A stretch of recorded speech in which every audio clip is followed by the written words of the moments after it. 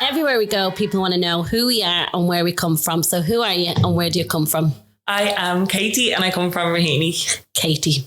It's a long time coming. I think this is probably the longest time coming out of all the podcasts because I did reach out to you very early on. I think after Louise's story, and someone said to me, what about Katie Keys? And I was like, yeah, but I don't know whether she'll sit down with me or not. And that is because of your daughter, April. Yeah. So before we start talking about April, you and Graham, how long are you together?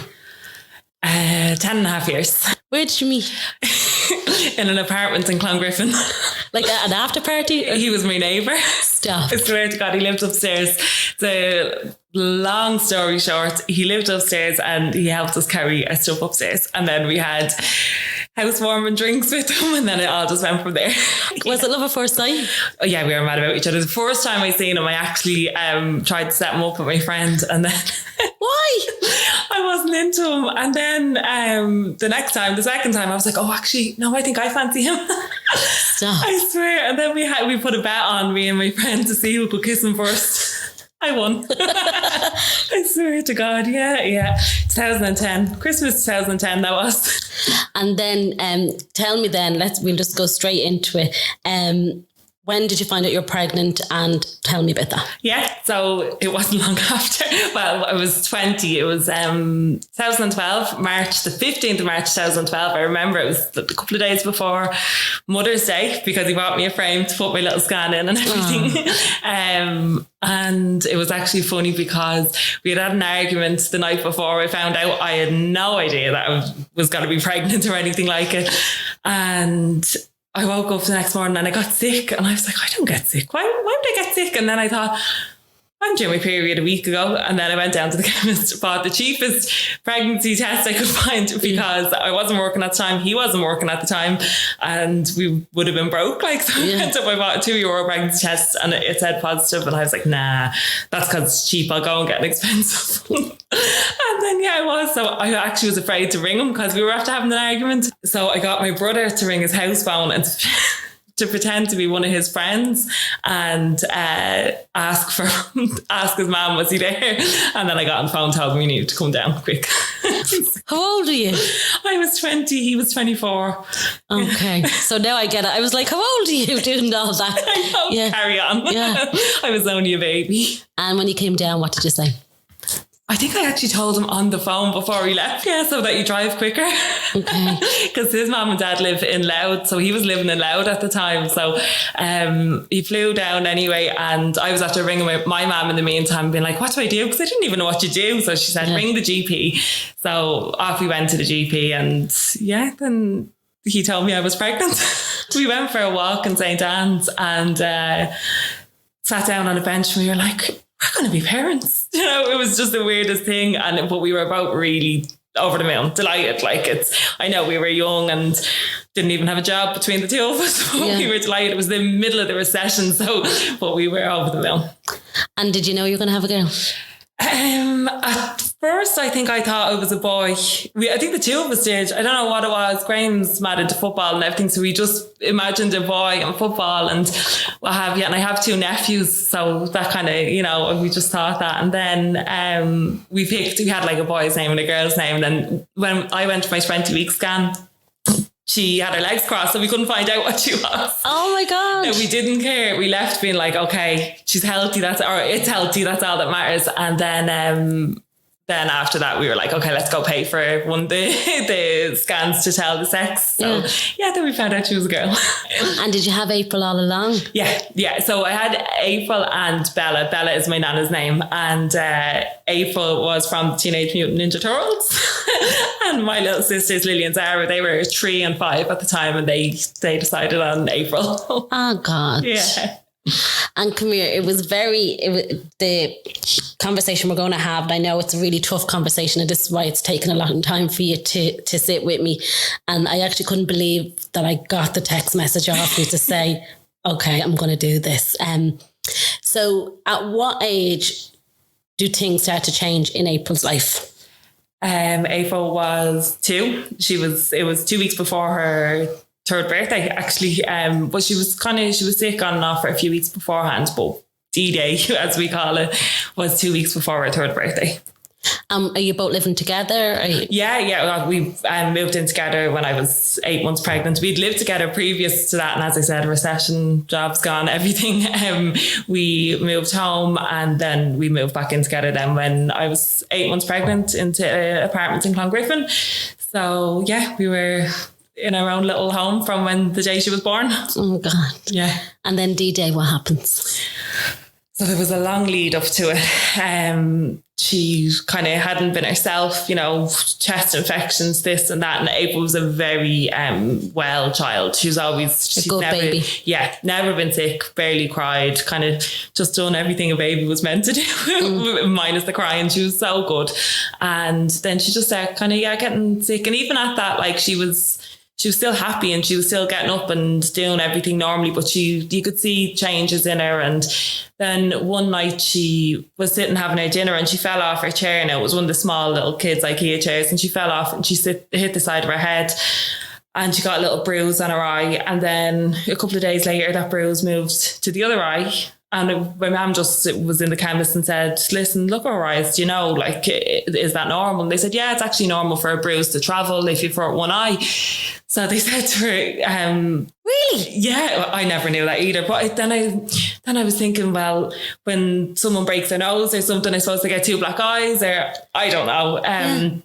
But they suggested getting arnica for her to lower the bruise. And so she was taking the little arnica tablets. Like I said, she was only 2 and she was allowed, the dosage was allowed for her, just to add that in there. But then the bruising was going down, but was still there. So she had a little lump on her jaw then, so just randomly. So we brought her to the doctor. The doctor said it was a wisdom tooth. In a 2-year-old, sometimes they can come up early, and so it was a wisdom tooth, not to worry about it. So that was grand.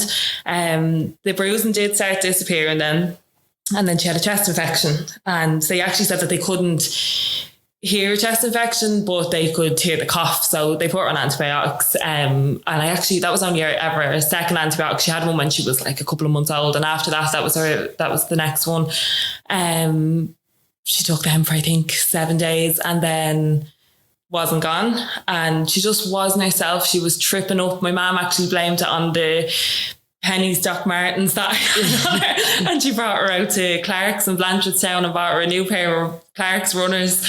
Then because you do that, you kind of go, you're looking for the reason, you're looking what's happening, there's something wrong, and it is something stupid. Like you go, it's them shoes, get them off her feet. I've done it with Ari a million times. You're like, get the shoes off her feet, and your mum's like, that's where her brain goes. You're just thinking of everything. Like my mum has 8 kids, we're all very lucky to have been healthy and well our whole lives, so she's looking for these little things at that time.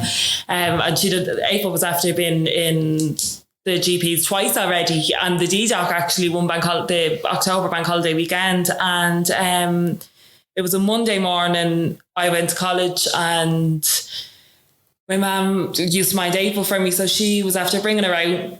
They had a great day, whatever they were doing, shopping and going here and there to the park or whatever, and they went to McDonald's at the end of the day and she fell asleep at the table. My mum was like, when she brought her back, she was like, Katie, that's just so weird. Now, I wasn't feeling well that day, so I said, maybe the two of us have something.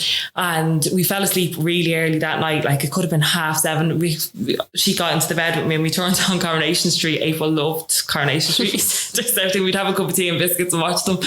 And we fell asleep. I don't even remember falling asleep. Then Graham came in from work. He got in beside us. We woke up the next day and off she went with my mum, and I went to college. I had an exam in college that morning and Graham was in work, and my mum brought her back down to the doctors, and the doctor said to her, listen, go to Temple Street because I don't know, nothing's changing here.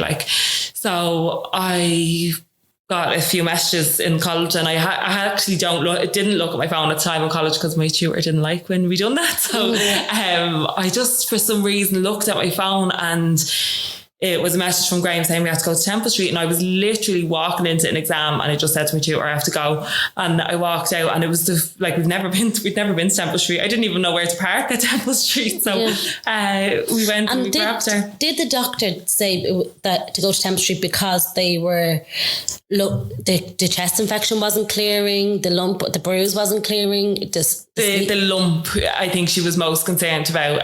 It was getting a little bit bigger. I don't think we noticed maybe how big it was getting because we're feeling it every day. We're looking at it every day, and it wasn't a really noticeable bump at the time.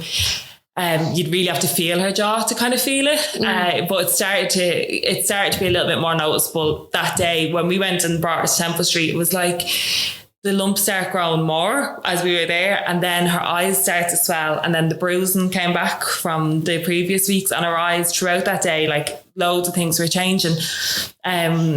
We were in Temple Street for the whole day anyway, but people were coming back and forth. No one really knew what it was. No one was given any indication or anything, like we didn't have a clue. So Ava went for a nap on the bed in A&E. We were just sitting there, and I think Graham went around to Spar, and like we just didn't think anything of it. We thought that we'd be going home, Graham had actually said to her, we'll go and we'll get cinema food on the way home. We'll take the rest of the day off work, and we'll watch Paddington on the couch with a duvet and everything.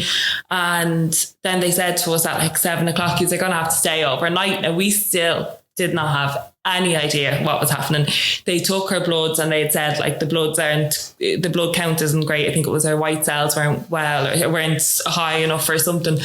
And they told us we had to stay. So Graham went home and got a bag of stuff, brought it back. We stayed, and I remember she wasn't eating because the nurse came in, tried to give her spaghetti because she hadn't had anything to eat that day, I don't think, and she wouldn't, like she just didn't want anything. I didn't really tell many people that day, we were just more concerned about getting April looked at that point. We didn't tell anyone we were staying overnight or anything like that. The next morning, me and Graham, literally, we really thought that it was like a precaution thing that they were keeping us in, that there was nothing wrong, that she'd be sent home with antibiotics and she'd be fixed. I think we were very naive, or I don't even know if we were really naive. It was just, you'd never think cancer, like ever. Graham came back in after work then. He went into work at 6 a.m. and came over at 8 when parents are allowed in. So he came over, and we just I think we just went to the playroom for the morning and were pottering about, and then a doctor came down and said that she was going for an MRI and she couldn't eat and what have you. Then she said to us, what we're looking for? And we said no, and she said, we're looking for a tumour. Now I was like, oh, well, you're not going to find one. Like literally that was my response. You're not going to find one. I said, that's April. There's nothing wrong with her. And even when she said tumour, I didn't think cancer. Even at that, I was like, oh, well, I don't know what she's looking for a tumour for, because she doesn't have a tumour. Never mind, even if she doesn't have a cancerous tumour, like I just didn't, I was in complete denial.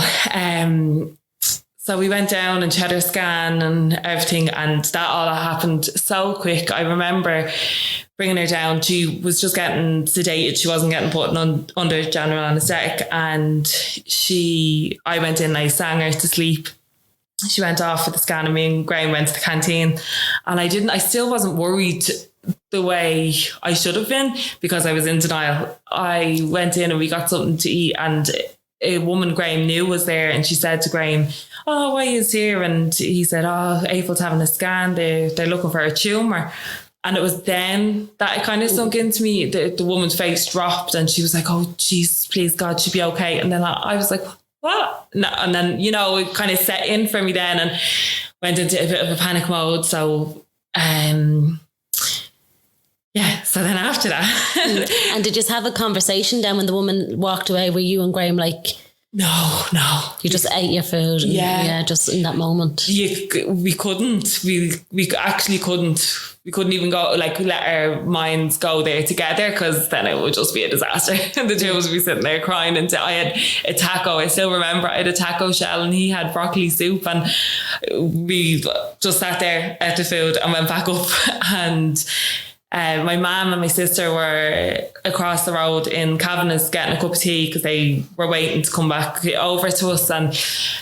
And we went up when she was brought back, and the doctor that had been down with us before was there, and she brought us into an empty room on the ward. So like it's a room with 3 beds in it. So 3 families would usually be in it, but there was no one there. It was just us. And she brought us in with another nurse and sat us down and told us. April was running around the room. I think she might have said, will we send her to the playroom? We said, no, she's fine. And she was running around playing, not a bother on her. And she said, we found a tumour in April's tummy, and we believe it to be stage 4 or 5 cancer. And even at that, like I sat there, I was complete blank expression. Like I wasn't believing what she was saying. I wasn't hearing it. I didn't want to hear it. So I was kind of blocking it away from me. Graham was bawling, crying. I remember I'm nodding my head to the left here because he was sitting on the left of me. I remember the room and everything. And April looked at us, she's like, what's wrong with your eyes, Daddy? And yeah, she was trying to explain to us. We didn't want to hear, but we did want to hear. So we asked, like, what can we do? What do we do from here? And she said, I don't know if there's any treatment. If it's as advanced as we think it is, there might not be any treatment, but we need to get you to Crumlin to find out because they're the experts. So we were like, when can we go to Crumlin? Can we go now? And we couldn't. There was no beds in Crumlin. She said, we're just going to have to be patient. She told us that we could go home if we wanted to, or we could stay there and wait there. It could be a day or 2. And if we went home, that they might kind of forget about us a little bit. So that she advised to stay there. So we did. But when she left the room, actually, my mum and my sister walked in, and they knew straight away. Like, we didn't have to say anything. We all just started crying, all of us. And it was horrific.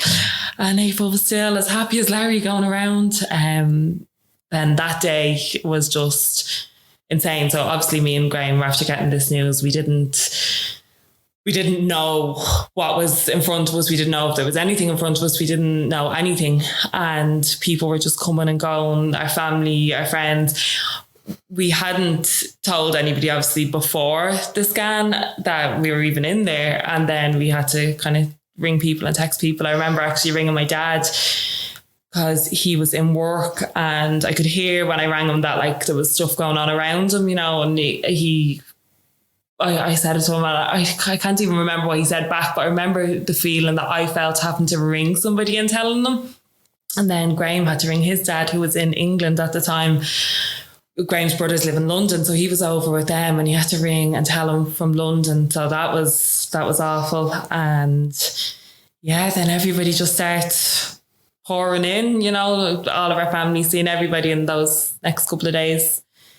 And April's just oblivious to everything. Totally people oblivious. coming and going, and just come. She's probably excited and delighted with herself, seeing everybody, everybody, and everyone's obviously bringing little gifts for her and everything.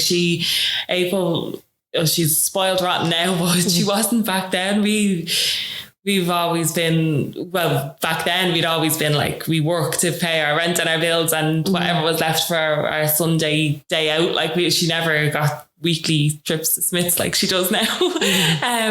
But yeah, so she was just delighted. And as I was saying, on our first day in Temple Street, it was like her tumours just start growing more and more in her face. Actually, sorry, I didn't know that she had tumours in her face at that point, but things were growing in her face that day.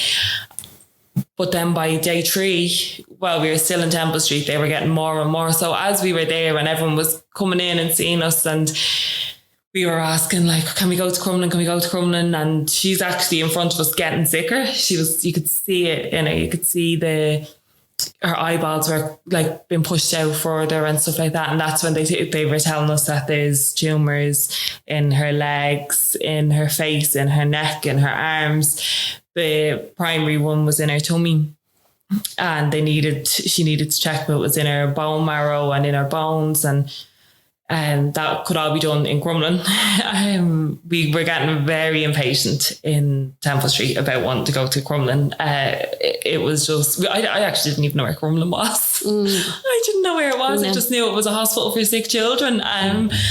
And we went in and had a chat with a nurse, and Graham got really upset. And I remember actually feeling so bad how upset he was, because the nurse was then upset, like the two of them were upset together. He wasn't as given out for it. They were just both so upset, wanting to help April.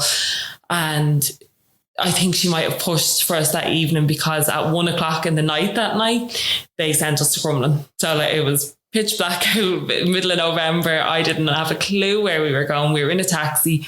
I remember going over the Liffey. That's all I remember, that I knew it was over the Liffey. Yeah. We went into St. Anne's ward. We just went into the reception and said, where's St. Anne's ward? They pointed us down and they put us straight into a room and said somebody would be with us early in the morning. Can I ask you? Yeah. Did April go in the taxi with you? Yes. Okay, she did. Okay. Yeah. She wasn't on any medicine or anything, so there was no need for an ambulance. So yeah, the three of us went in the taxi over to Crumlin, and it was so dark and daunting. It was actually so frightening because it was so unknown to us.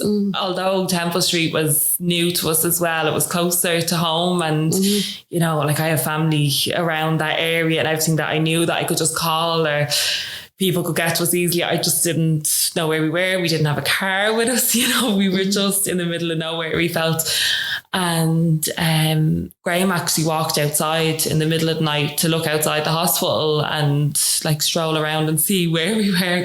And although he knew where Crumlin was, he just wasn't aware of the hospital. So we woke up, well, we didn't go to sleep. Ava was asleep. We didn't go to sleep.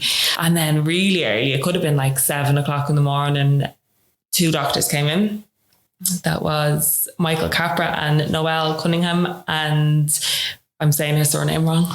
They were the two of the best doctors that could have possibly walked into the room. They came in and they were hugging us and they were holding our hands, and we'd never met them before, but they just touched, you know, they gave us that warm feeling. It was so nice. It was the room that we were in leads out into a playground, and you could see it was cold and rainy and everything outside, and we were in this yellow room that we didn't know, and these two lovely people came into us and sat down, and from the first word they said to us, like, they were reassuring us. They were saying, right, so today we want to get April up to theatre. We want to get April Freddie into her chest. And then they explained what that was. That's a Broviac, a central line going into your chest, going into your main artery in your heart. We want to get a biopsy of her tumour in her belly, and we want to get bilateral bone marrow biopsy. So they'd go into the back of your hips to take out bone marrow to test that, to see if there's cancer in the bone marrow.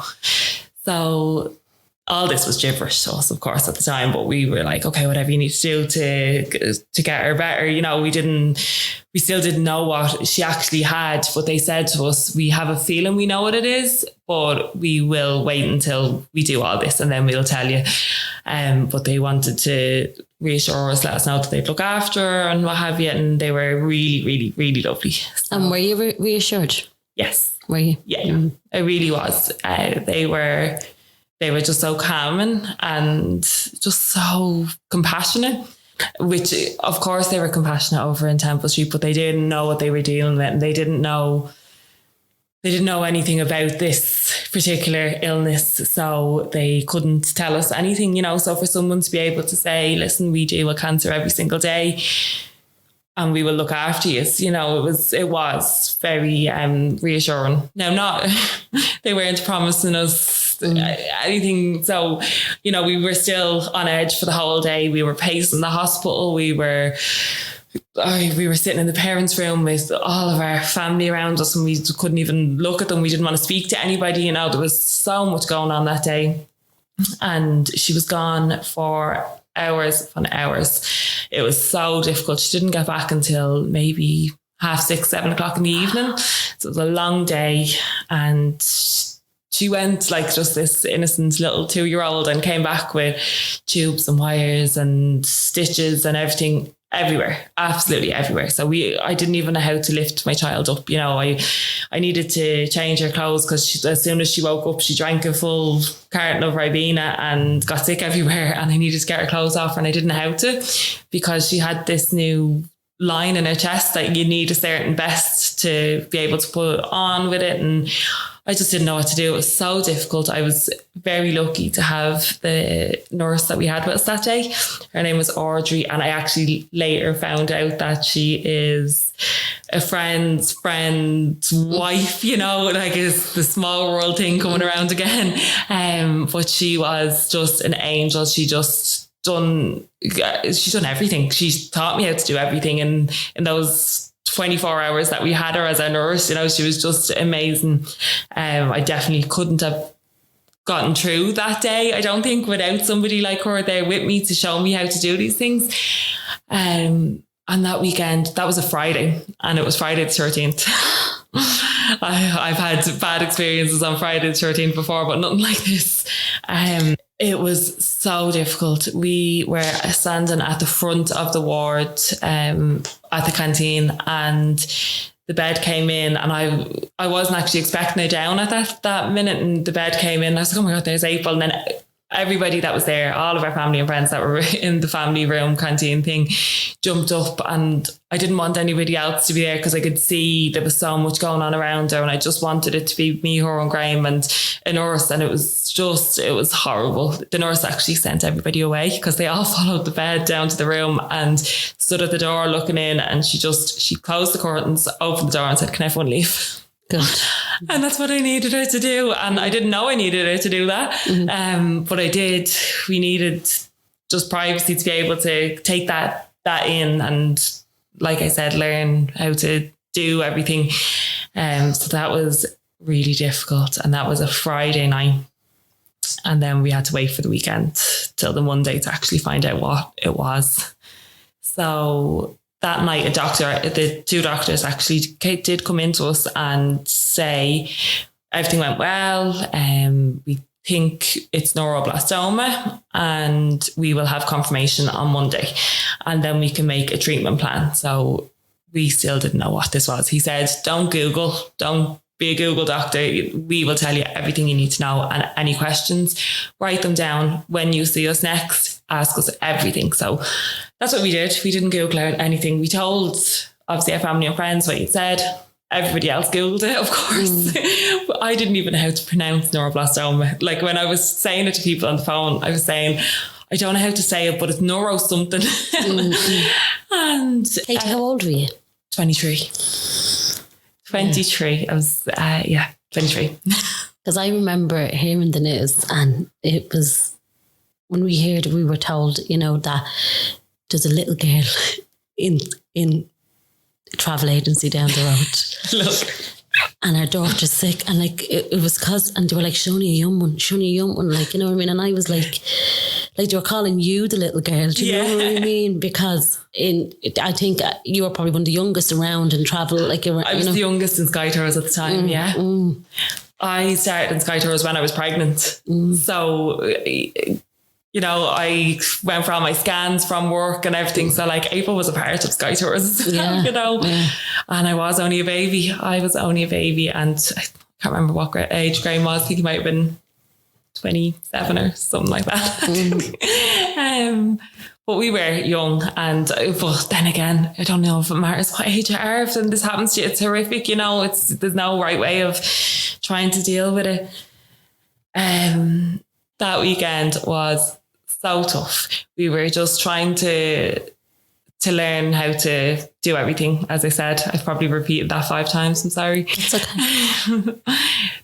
She couldn't obviously walk or anything after having surgery on her tummy, and she couldn't sit up. Actually, the only thing that she wanted to do was sit on the bed and put her hands into buckets of water.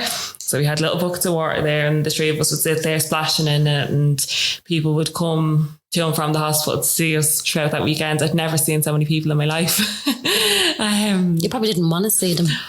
I don't even remember who was there. I remember some people that were there. I remember my mum was there because she brought over Sunday dinner on the Sunday and my nana was with her. So I remember that, and a few other people. I remember another part of my brother being there on the Saturday night because we had ordered chipper to the hospital. We'd realised we hadn't eaten in like 3 days, 4 days maybe, and we ordered chipper, and then the chipper was on the way, and I asked Graham, did he have money? And he said, no, I don't have money. I was like, I don't have money. You know, we lived from week to week, and we weren't in work for the past 4 days. We didn't actually have any money. So my brother was there, thankfully, and was able to buy the chipper for us. I actually had to text my dad that day and ask him to drop me up money so that we could eat for the next few days. But yeah, that weekend was a complete blur. It was rainy and wet outside. We sat there playing with bowls of water and watching Big Hero 6 on repeat, and Frozen, I think, as well, all weekend. But in some way, it was kind of a warm, comfortable weekend. There wasn't anybody annoying April, like as in doctors and nurses sticking needles in. She had her IV access and they were just putting her medicine up onto it. She just needed painkillers at the time. So, and did you have a conversation with April? Like, I know she's 2 and she doesn't really understand an awful lot either, but God, I can't even, I'm trying to think of my nieces too. So they wouldn't understand. I don't think we did. I can't remember. We told her she was sick, but I don't think we would have went into detail at that time. We did afterwards. I think when we knew, and we knew what we were doing next. But at that initial time, no, we didn't tell her. I don't think. We just said that she was sick and she needed medicine, and the doctors would help her. And she was very understanding. The thing that she didn't like was needles. So besides the needles, she was so good for everything else. She was so good. And she just got on with it. For the age of her, she could have kicked up a hell of a lot more tantrums than she did. The Monday came around and the doctors came into us. I actually forget who came into us, but I don't know if it was Dr. Capra or her oncologist now. But the doctors came into us and they confirmed neuroblastoma, and they said to us, it is treatable. They said it's incurable, but it's treatable and there's a good prognosis from it. So that was just like this big ray of life for us. So they told us we'd be moving to St. John's Ward in the next day or two, and that we would start treatment and we'd look at treatment plans, etc. And that would all be discussed the next day. So on the Tuesday, when the oncologist that Ava was assigned to was in, and we needed to give her a couple of days to recover from her surgery. So that night was the first night I went and had a sleep. I went up to the parents' accommodation upstairs and I slept. And it was horrible because I cried going up the stairs, and I was crying in the bed, so upset. But Graham sent me a picture of him and April, and I actually cried then when I seen the picture, because I could see her face was just grown, and you could see behind her eyeballs at this point. She was just so sick. The next morning, I remember my mum coming over. She drove to Crumlin through town, and it was her first time driving over. Somebody drove her over every day beforehand. She was like, that was a disaster. I'm never coming at this time again. She sat in traffic for like over 2 hours. She's like, I'll drive in the M50 or someone can give me a lift. But she wanted to be there to support us. She actually didn't really leave. She was there every single day, you know.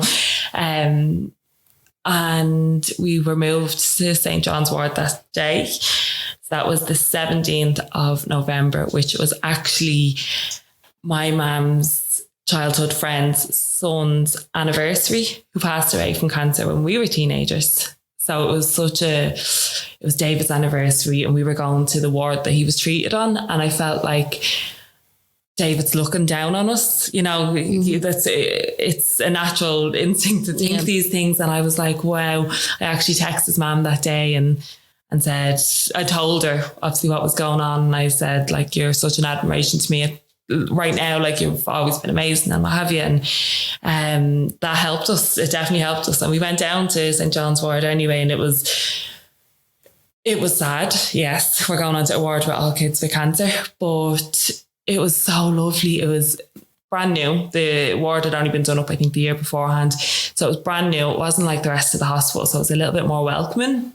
And you have like your own room, and even like there's a lovely little couch in the room, you know, it just felt more welcoming. And although quiet and daunting and all the rest, Dr. Cormac Owens came into us when we got down, and that is April's oncologist now. He sat down, and he's very different to the other doctor, Dr. Carper. He is more to the point and tells you how it is. And I think that's really good. You need both. You need the mix of both. And I wouldn't change Cormac for the world and call him Cormac. I'm very, very comfortable with him now. I should probably say Dr. Owens. But he sat down and he went through everything. So he's like a neuroblastoma expert in Ireland, in the whole of the world, actually. He does conferences everywhere. He's amazing. And he sat us down and told us everything. So he told us what neuroblastoma is. And what is it? So neuroblastoma is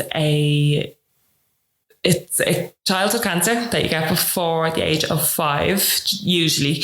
It starts in your tummy as a tumour, and it spreads. So it spreads absolutely everywhere. So it's on your bones, in your blood, everywhere, absolutely everywhere. So he explained everything to us, and he told us where April had it and everything. She had it everywhere. So over 80% of her body was covered in cancer, of her tiny little body. And that was so difficult to get your head around. You know, you're looking at your child, your 2-year-old, and they're perfect to you, but little did you know that over 80% of their body was covered in cancer. It was really difficult to comprehend. But again, having a doctor there who knew about it was so reassuring. He told us what he can do next. So he gave us an option of going on to a treatment plan that they've been using for years and years and years, or going on to a trial. And there's 2 options in the trial. He recommended to go with the trial, but it was up to us.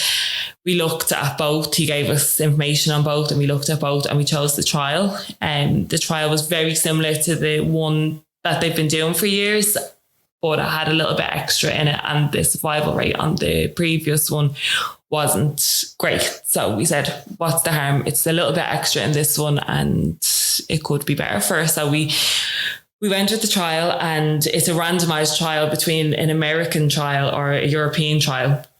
I think we got the European one. I actually can't remember now. So much has happened since. I think we got the European one, and that was just over a year of treatment. So we had this list that he gave us, and it literally was just a list of 6 different things that she needed to do. It sounds so easy saying it, but it wasn't.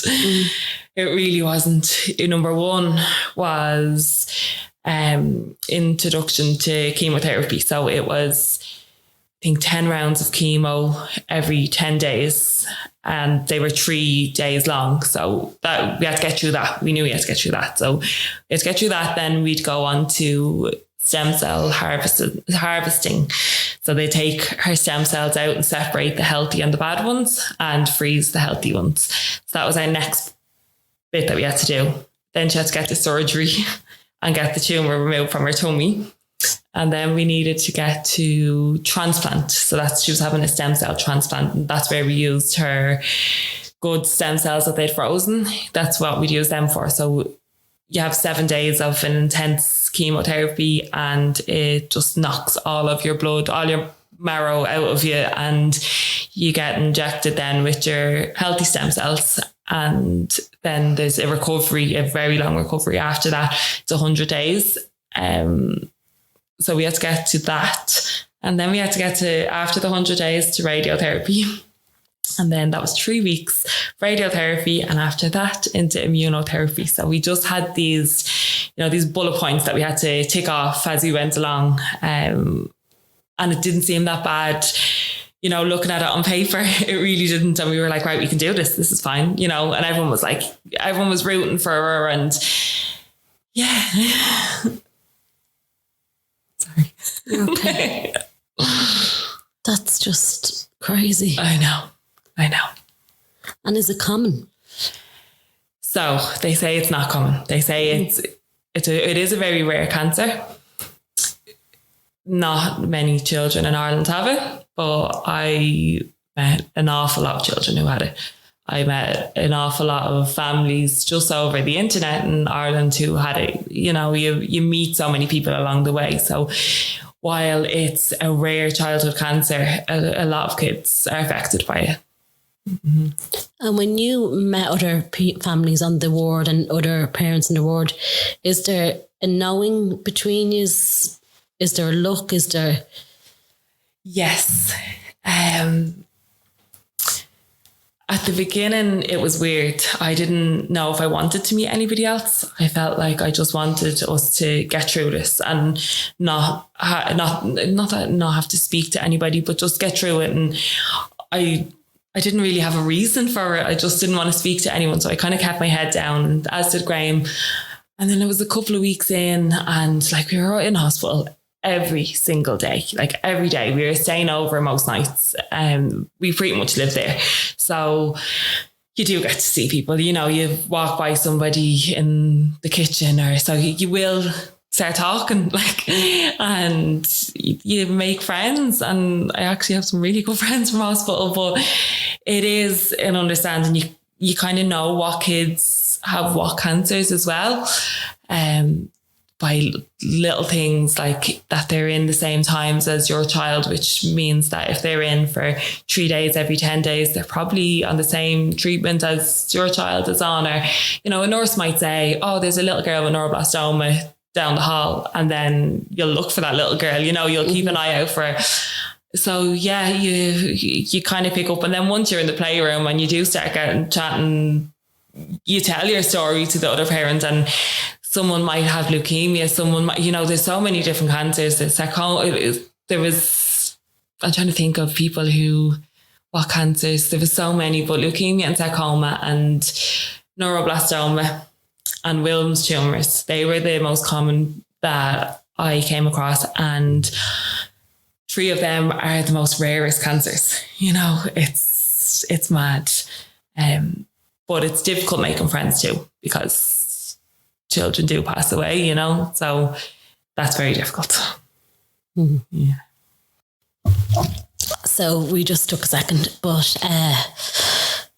when you say that about children passing away, in your mind, or did those doctors ever at any point, or did you ever ask, like, could April die? Or did you want to know? I never asked questions. Graham would sit there with lists and lists of questions. So I am positive he asked 1,000 times at the beginning.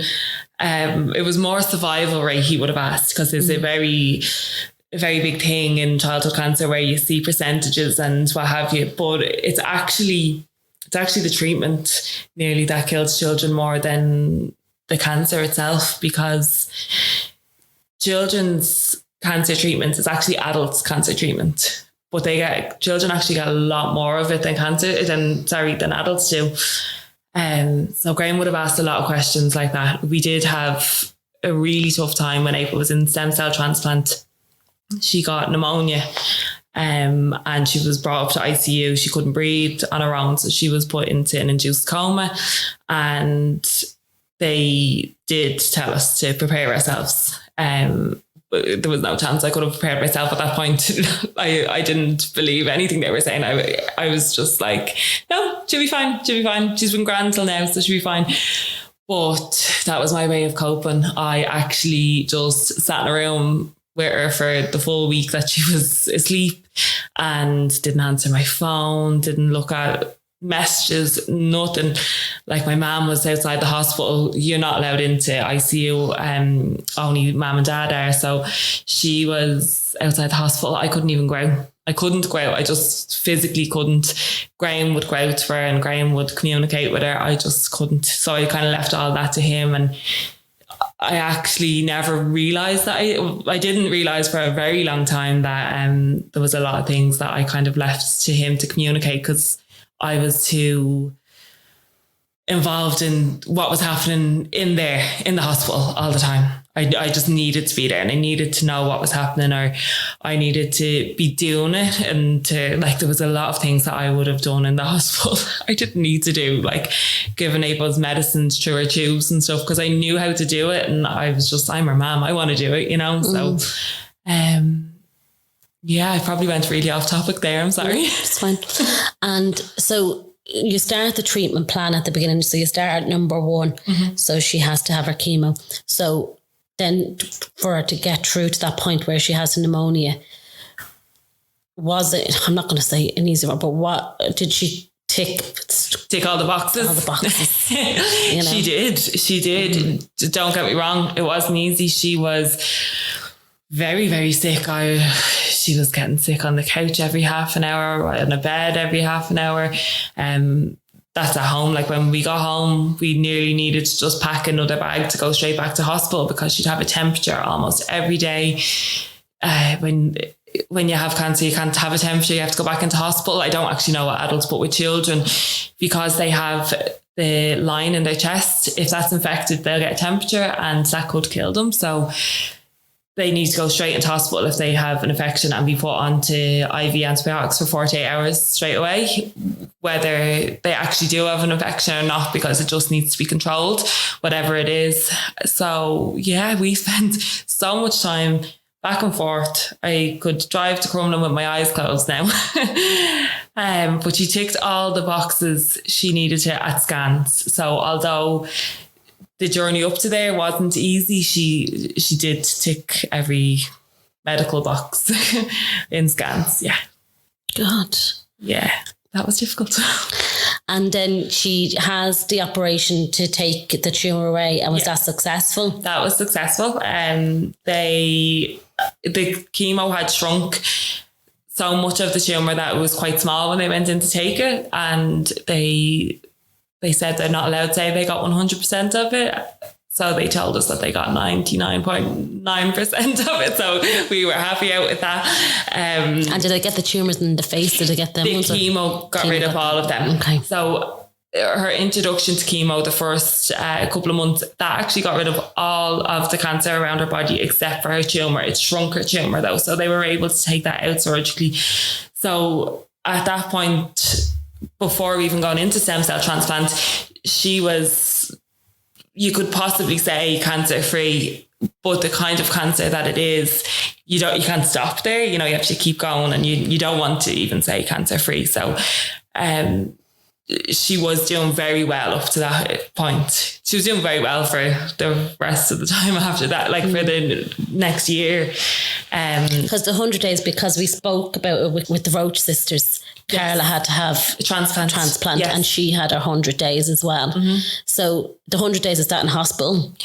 No. The first, they kind of try and keep you in for 4 weeks afterwards, because 4 to 6 weeks, they'll keep you in for as long as you need to. You could stay in for 6 months if you needed to, so you do generally around 6 weeks for children. April stayed for 6.5 weeks because she had the pneumonia. She was very, very sick in transplant, very sick. So she did need that full amount of time. So she had 6.5 weeks, and then the rest of the 100 days you do at home. So people are allowed into your house, like you can have visitors into your house, but you need to be cautious about who you're letting into your house and make sure that people are washing their hands and stuff. But we couldn't go anywhere. So we went back and forth from hospital. But other than that, it was just a walk down to Father Collins Park and back. We couldn't do anything. And to be honest, it was actually fine because it was the summertime. We could sit on our balcony, and April wasn't too mad for doing anything at that time anyway. She wasn't well, so she was happy out. We watched lots of movies, and yeah, she was fine. And did you find that people rallied, or did you want people to rally, and then did you lose people?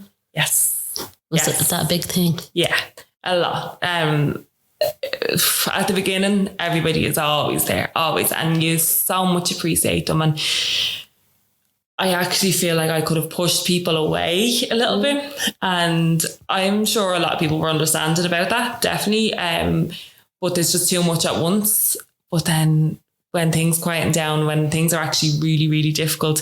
So let me just put transplant in there. At that time, I could have really done with people around me, people to say, I'll come over to Crumlin and we'll go for a walk for an hour, you know, because I was in that isolation room with April for that whole time as well. So it would have been really nice to have more people around at that time. They do fade away a bit. Now, don't get me wrong, if I wanted somebody there, they would be there, I'm sure. But I would be the type that didn't want to ask at that time. Now I'm a little bit more open about it and I know how to speak about my feelings, but then I didn't. If people didn't know that I wanted them there, I wouldn't ask. Mm. And you then in that isolation with her, you must have been completely demented. Like, I know you're sitting in front of me and you're like, I'm wrought iron, you know what I mean? And just, I will not show any emotion and your lovely smile constantly. But in those days, was that difficult? And then is there a strain early on in the relationship, or is it just, you're just surviving? You're just surviving. With Graham, when you're at the beginning, when you're at the diagnosis, again, you know, you're rock solid, you're right, what do we have to do to make this better? And we're the only two people who, although all of our family are going through this, we're the only two people who really are going through this because this is our child. And although we have compassion for everyone else, this is us in this.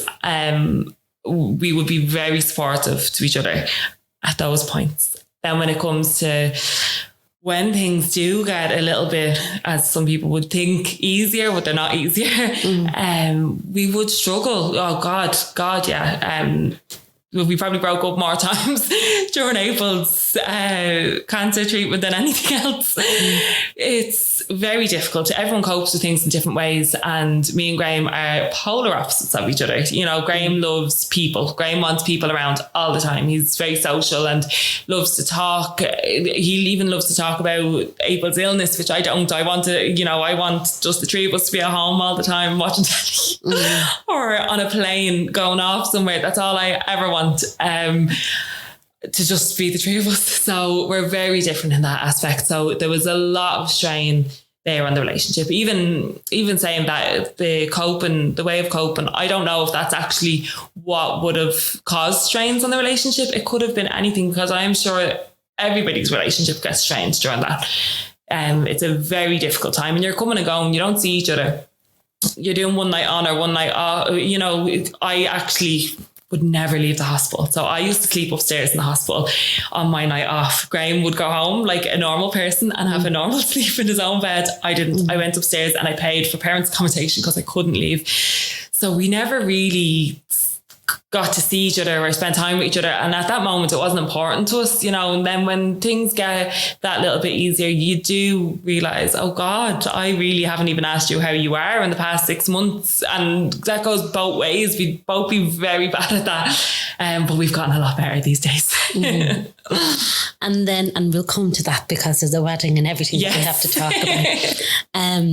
So then the 100 days pass and all. So at what point are you seeing light at the end of the tunnel, and then what's the next steps and what happens next? So we felt like from the very beginning, when we got the list of things we needed to do, we could see light, because we thought, okay, one step at a time, there's light down there. So it's just like 6 bus stops until we get there. After the 100 days, we had to go straight into radiotherapy, and it was actually a really upbeat time. It was back in the Euros in 2016. So like everybody was happy, and it was a very hot summer, if I remember correctly. So like things were, you know, there was a happy feeling in the air. So we could see light, we could see things getting back to normal. April was getting so much better than what she had been the previous months.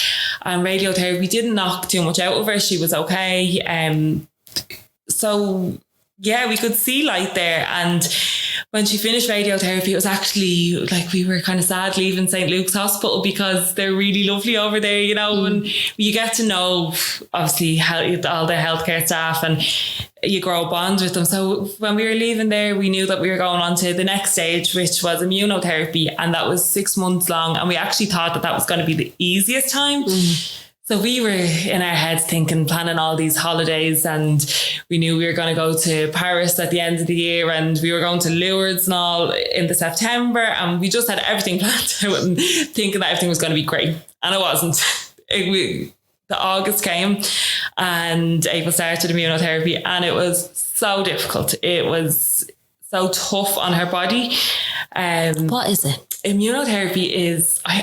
Again, it's something that I can't fully remember. Yeah. She had a pump put onto her for 10 days every, I think 28 days. I think that's what it was. So she had to wear this like little handbag with a pump in it, and it was pumping the medicine into her. So it's some sort of antibody that stops the cancer from growing back. So after going through all the treatment and your body is clear, you're going through this therapy to stop it from coming back. I suppose it's like a vaccine, a very long vaccine. And that was so tough on her. She actually was on, I don't know if you'd ever heard of Roaccutane for skin, for adult acne. So it's an adult acne medicine, but it had to be taken with immunotherapy. There's a few medicines that you have to take alongside these cancer medicines, so they work or what have you. But anyone who has been on Roaccutane would tell you, your skin peels off. You are a lunatic. Like your emotions are just all over the place. We could be in a shop and April would not be a bold child, and she'd just knock everything off a shelf and then not even realise that she'd done it 5 minutes later. She was just an emotional wreck and didn't know why. And it was, you couldn't control it, and people would be looking at you being like, control your child. Can't, even like she's on this medication. So that was difficult for the first 2 months. It got a bit easier for 2 months. We actually did go to Paris then. And then the December came. It was the week of Christmas, and she just woke up one morning covered head to toe in this mad rash. And I thought it was chickenpox. So cancer kids shouldn't get chickenpox. Chickenpox can be deadly for cancer kids. So we brought her into the hospital, straight into isolation, obviously. We rang ahead and organised all that. And then they were like, no, it's not chickenpox. So then they thought it was the measles, then rubella, and done the bloods, done tests on the skin, the whole lot.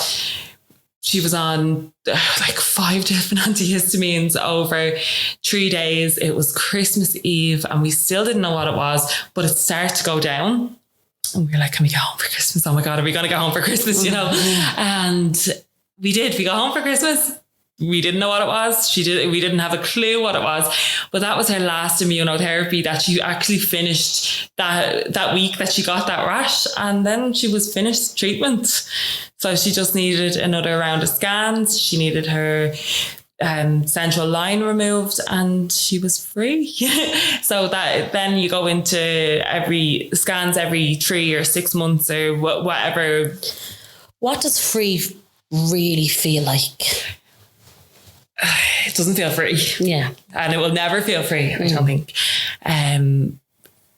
We were told that April was 100% cancer free in the July, and we celebrated it, but I didn't really celebrate it personally. I didn't. I celebrated it with my family and friends, and I put a post on Instagram, on Facebook, and it was amazing. But I actually could never let it properly sink in because of the fear of what if. It's hard to celebrate wins, and I am the first person to tell you, celebrate your wins, celebrate them, because it's, they don't come all the time. And very difficult to accept the freedom because we were given the 100% cancer-free news in the July, we still had another half of a year to go of treatment. So it was difficult.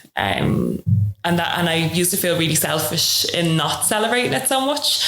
Then that January, I actually did feel a bit freer then, because I knew she was finished treatment. I knew she had her Baroviac taken out of our chest. So yeah, we did. We felt a lot freer come that January. Because I just, like, I wonder, like, or would people be like, you know, Jesus Christ, you know, she's getting great news and all. What's wrong with her? Yeah, that is a huge one. Even Graham would sometimes say to me, like, Katie, will you lighten up? This is brilliant. You know?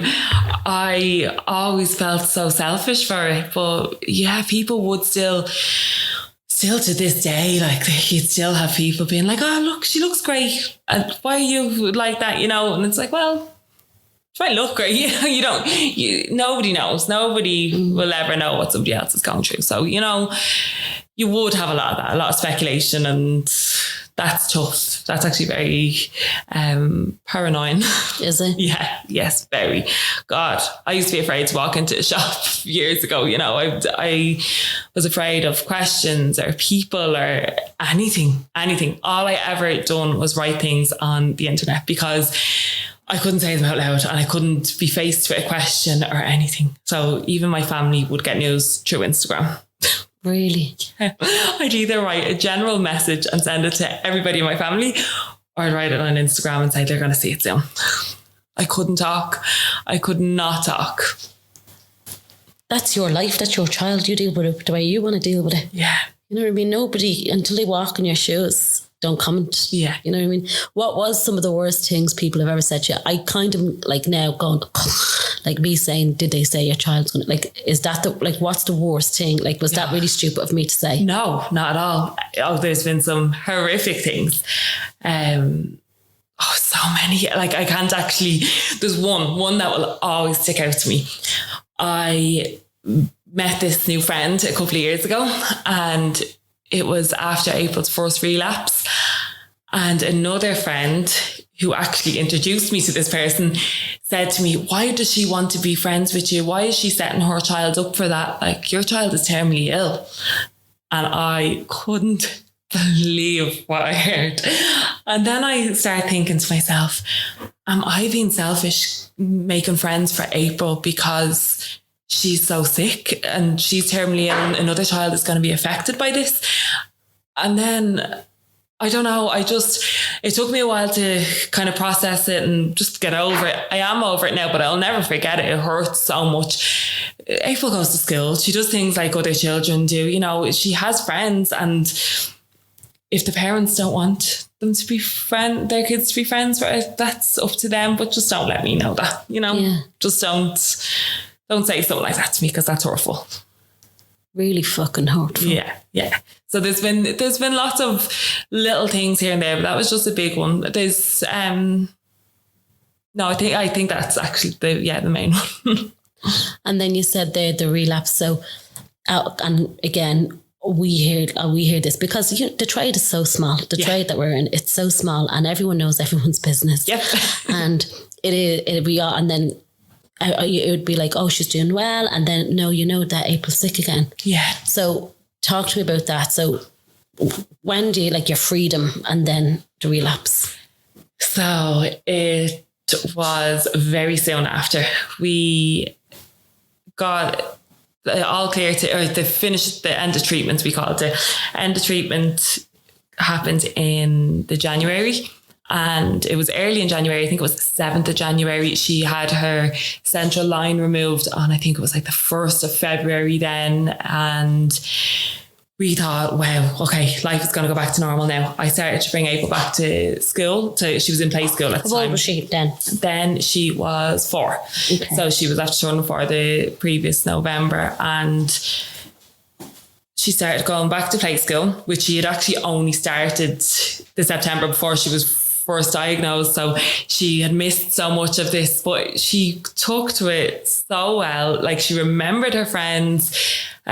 She was so happy to go back. Her teacher adored her, absolutely adored her. And she was delighted. And it was difficult for me. I found it really difficult. I hadn't gone back to work yet. So I'd been off for all this time. April was starting to go back to school. Graham was working normally again. And I just didn't know what to do with myself. I found it so difficult. I was so scared. And it had been Graham's 30th, and I got him a trip to Vegas for his 30th. It was actually myself, him, and Stephen and Vanessa going. And we went over and we had a ball, and we really needed it. Me and Graham hadn't spent any time together. We hadn't gone for a meal together, nothing in so long. And we just had so much fun. And we had booked a holiday village, the Rhodes holiday village for the June to go with April. So we were like, this is our trip. And then we're going on this trip with April. We went all out on it. We got the swim up room, 2 weeks. And we just, we had all this plan for the start of that year. So me and Graham came back from Vegas. We had so much fun. April stayed with my mum we went for 4 days. She stayed with my mum. She was grand, not bothering on it. She had a great time there. And we came home on a Monday, and on the Wednesday morning, I was brushing her hair and I felt a lump on her head. So that was literally like not 3 months later, not even 3 months later. It was 2 months. It was like the 24th of March. And what does that feel like? Finding the lump. After I've been through it already, I actually went into denial mode again. Did you? Immediately. It was a lump behind her ear, and she had an ear infection a couple of weeks before that. So I didn't really think too much of it. I rang my GP, which I probably shouldn't have done. But I rang my GP. It was lovely, by the way, like really, really lovely. And he said to me, go to Temple Street. No, he said, go to hospital. And I said, what hospital should I go to? Because in my eyes, I didn't know if April was still under Crumlin now, or for like little emergencies, she goes to Temple Street because they're closer. So I said, what one should I go to? And he said, Temple Street. And I was like, okay, grand. So we went into Temple Street, and Graham said, Katie, we shouldn't have came here. This is the wrong place to be. And the first thing they done was put an IV antibiotic in for an ear infection, thinking that it could possibly be that. And then after she had the injection, told us to go home and to go back over to Crumlin the next day. So we done that. And Dr. Owens came in and sat down and said, I do think it's a relapse, but I can't rule out an ear infection. Now, usually you'd say that the other way around, if it was more than likely an ear infection. So we all knew she was tired again, and just those couple of days she disintegrated. So he said, we have to do a biopsy tomorrow and we'll do a scan next week. So that was fine. We came back in the next day for a biopsy, and they just put a little needle in behind her ear under a general anaesthetic, and took out a little biopsy of it and confirmed that, it was back that quickly. So we knew ourselves before even speaking to our oncologist that that's bad news. You don't relapse from neuroblastoma that quickly. They usually give you a 5-year gap afterwards. If you haven't relapsed within the first 5 years after your treatment, you're most likely going to be fine. If you do relapse within the 5 years, it's most likely going to be terminal. So we knew. And before we even had to be told, so we were brought into a room. I remember it. My friend had came down and sat in the playroom with April, because we didn't want her to be there. Walking back into the hospital and driving back to Crumlin, was it just, this is normal, this is what we're doing, or? It felt a bit normal. For me, it did. I was definitely very anxious and, didn't want to be driving back over, of course, but it felt normal to me. Graham, on the other hand, kept saying, if the next reg is this and this, it's bad news. And he's so superstitious. So even if he's seen a yellow reg, he'd be like, that's bad news.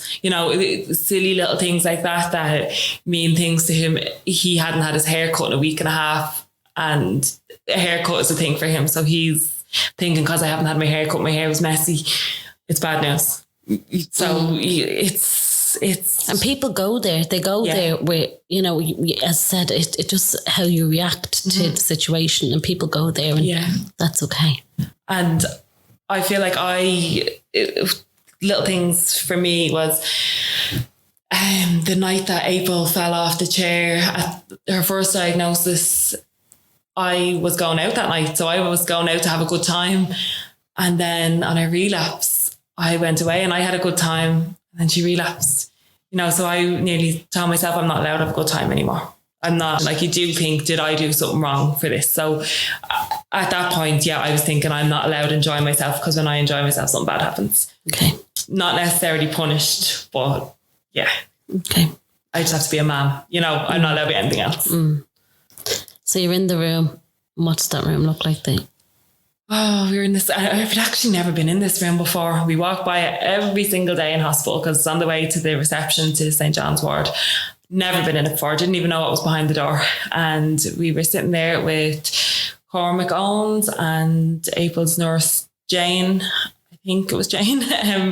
And the box of tissues. I remember the box of tissues sitting there, and I was like, I don't need them. I'm not going to cry.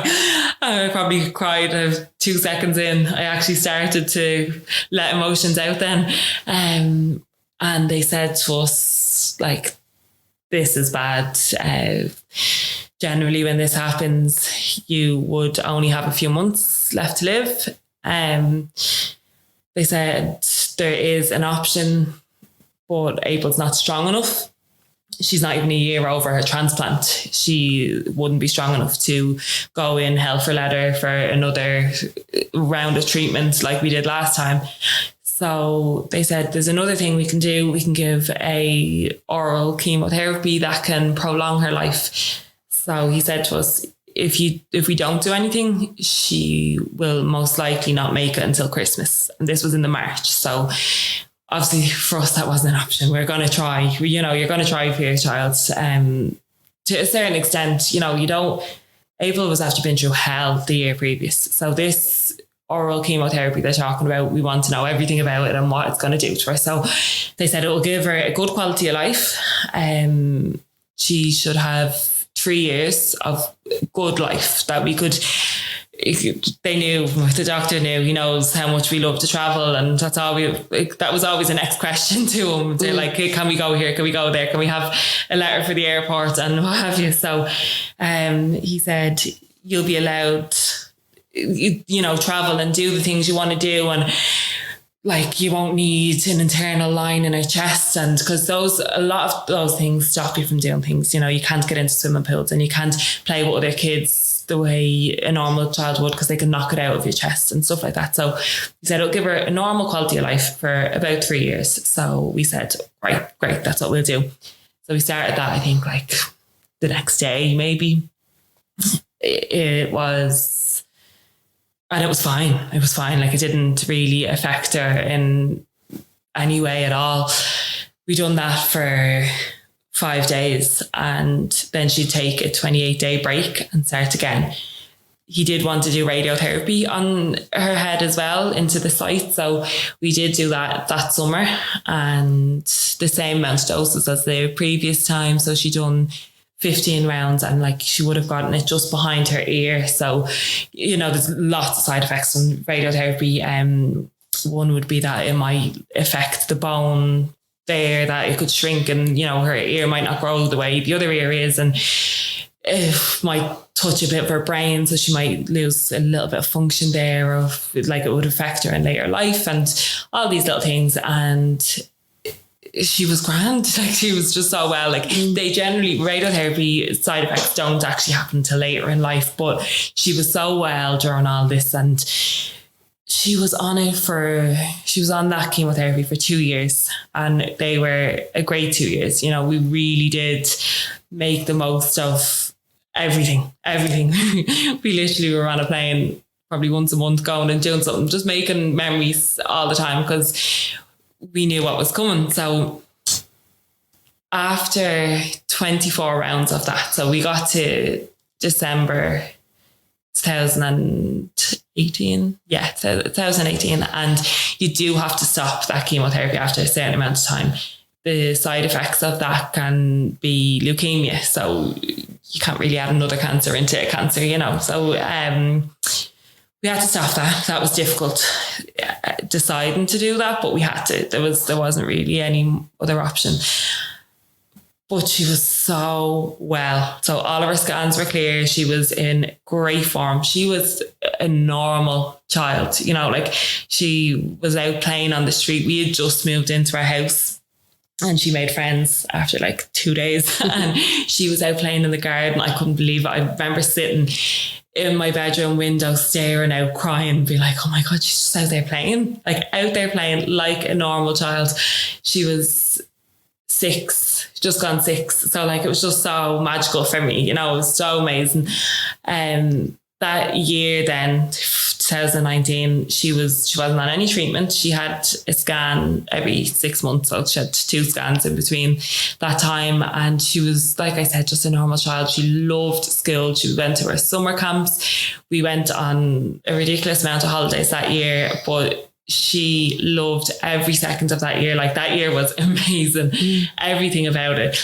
We went on holidays with my mum and my sisters. We went on holidays with our friends and their kids, which is something that you do struggle to do when you have a sick child, because your child can't keep up with their children, but she could. So we were so comfortable going on it, and she was amazing. She had the best time, and we went to Lapland even that year. That was so special for us. We went to Lapland on the 1st of December. It was April's birthday. On the Friday, she had a party. She had another party the next day. And then on the Sunday, we went to Lapland, and we didn't tell the kids we were going. We booked it a couple of days beforehand on an agent's offer, and we'd wanted to go for so long and could never afford it. Still couldn't afford it. I took a credit union loan out and I didn't tell Graham. And I didn't tell him for a couple of months. He murdered me. Yeah.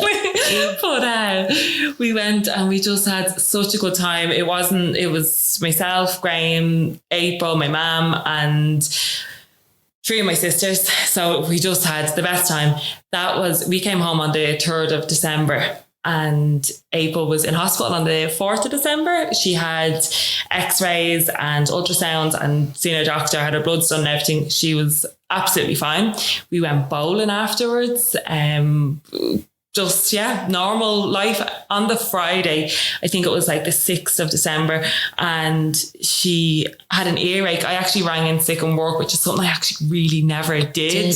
I know I was out sick for a long time, but I'd never ring in sick. So I had to ring Fiona and tell her that April had an earache, or no, toothache it was, sorry. And I had to bring her over to Crumlin because her dentist is actually in Crumlin as well, in the hospital. So I brought her over and they took her tooth out. It was decayed. That happens from chemo. Your teeth break down. So she got her tooth taken out, and he said she'll have a headache for a couple of days. Just give her some Calpol, what have you. So that was fine. And she did have a headache. So she was having headaches for a couple of days. I was giving her the Calpol. And on the following Wednesday, this is the 11th of December, she actually said to her teacher, I'm not feeling well, I have a headache, can I go home? So she came home, and I was in work for the full day. My auntie actually collected her and brought her home for me, and I left work early. I went over to Penny's and I bought her new fluffy Christmas bed covers and a onesie and everything. Went home, wrapped her up, changed the bed, the whole lot. And she stayed off the next day. She said she still wasn't feeling well. And then on the Friday, she stayed off again. Now, she was absolutely fine. It was coming in waves, and I told her nurse about it, and I told her about her tooth, and she was actually booked in to get caps put on her teeth. So, you know, there was explanations for everything. The Friday, she was going to my mum's, and she was actually staying at my mum's that night. We were doing the Chris Kindle and work that night and having a few drinks in the office. And then I was meeting Graham and my friends out in the Raheny Inn. And April was fine, absolutely fine. She was going down to Mace with my sisters, like walking down to the shop to buy sweets during the day. And, you know, I was on FaceTime to her all day, literally not a bother on her. I actually had said halfway through the day, she was just chancing her arm, taking the day off school. There's nothing wrong with her.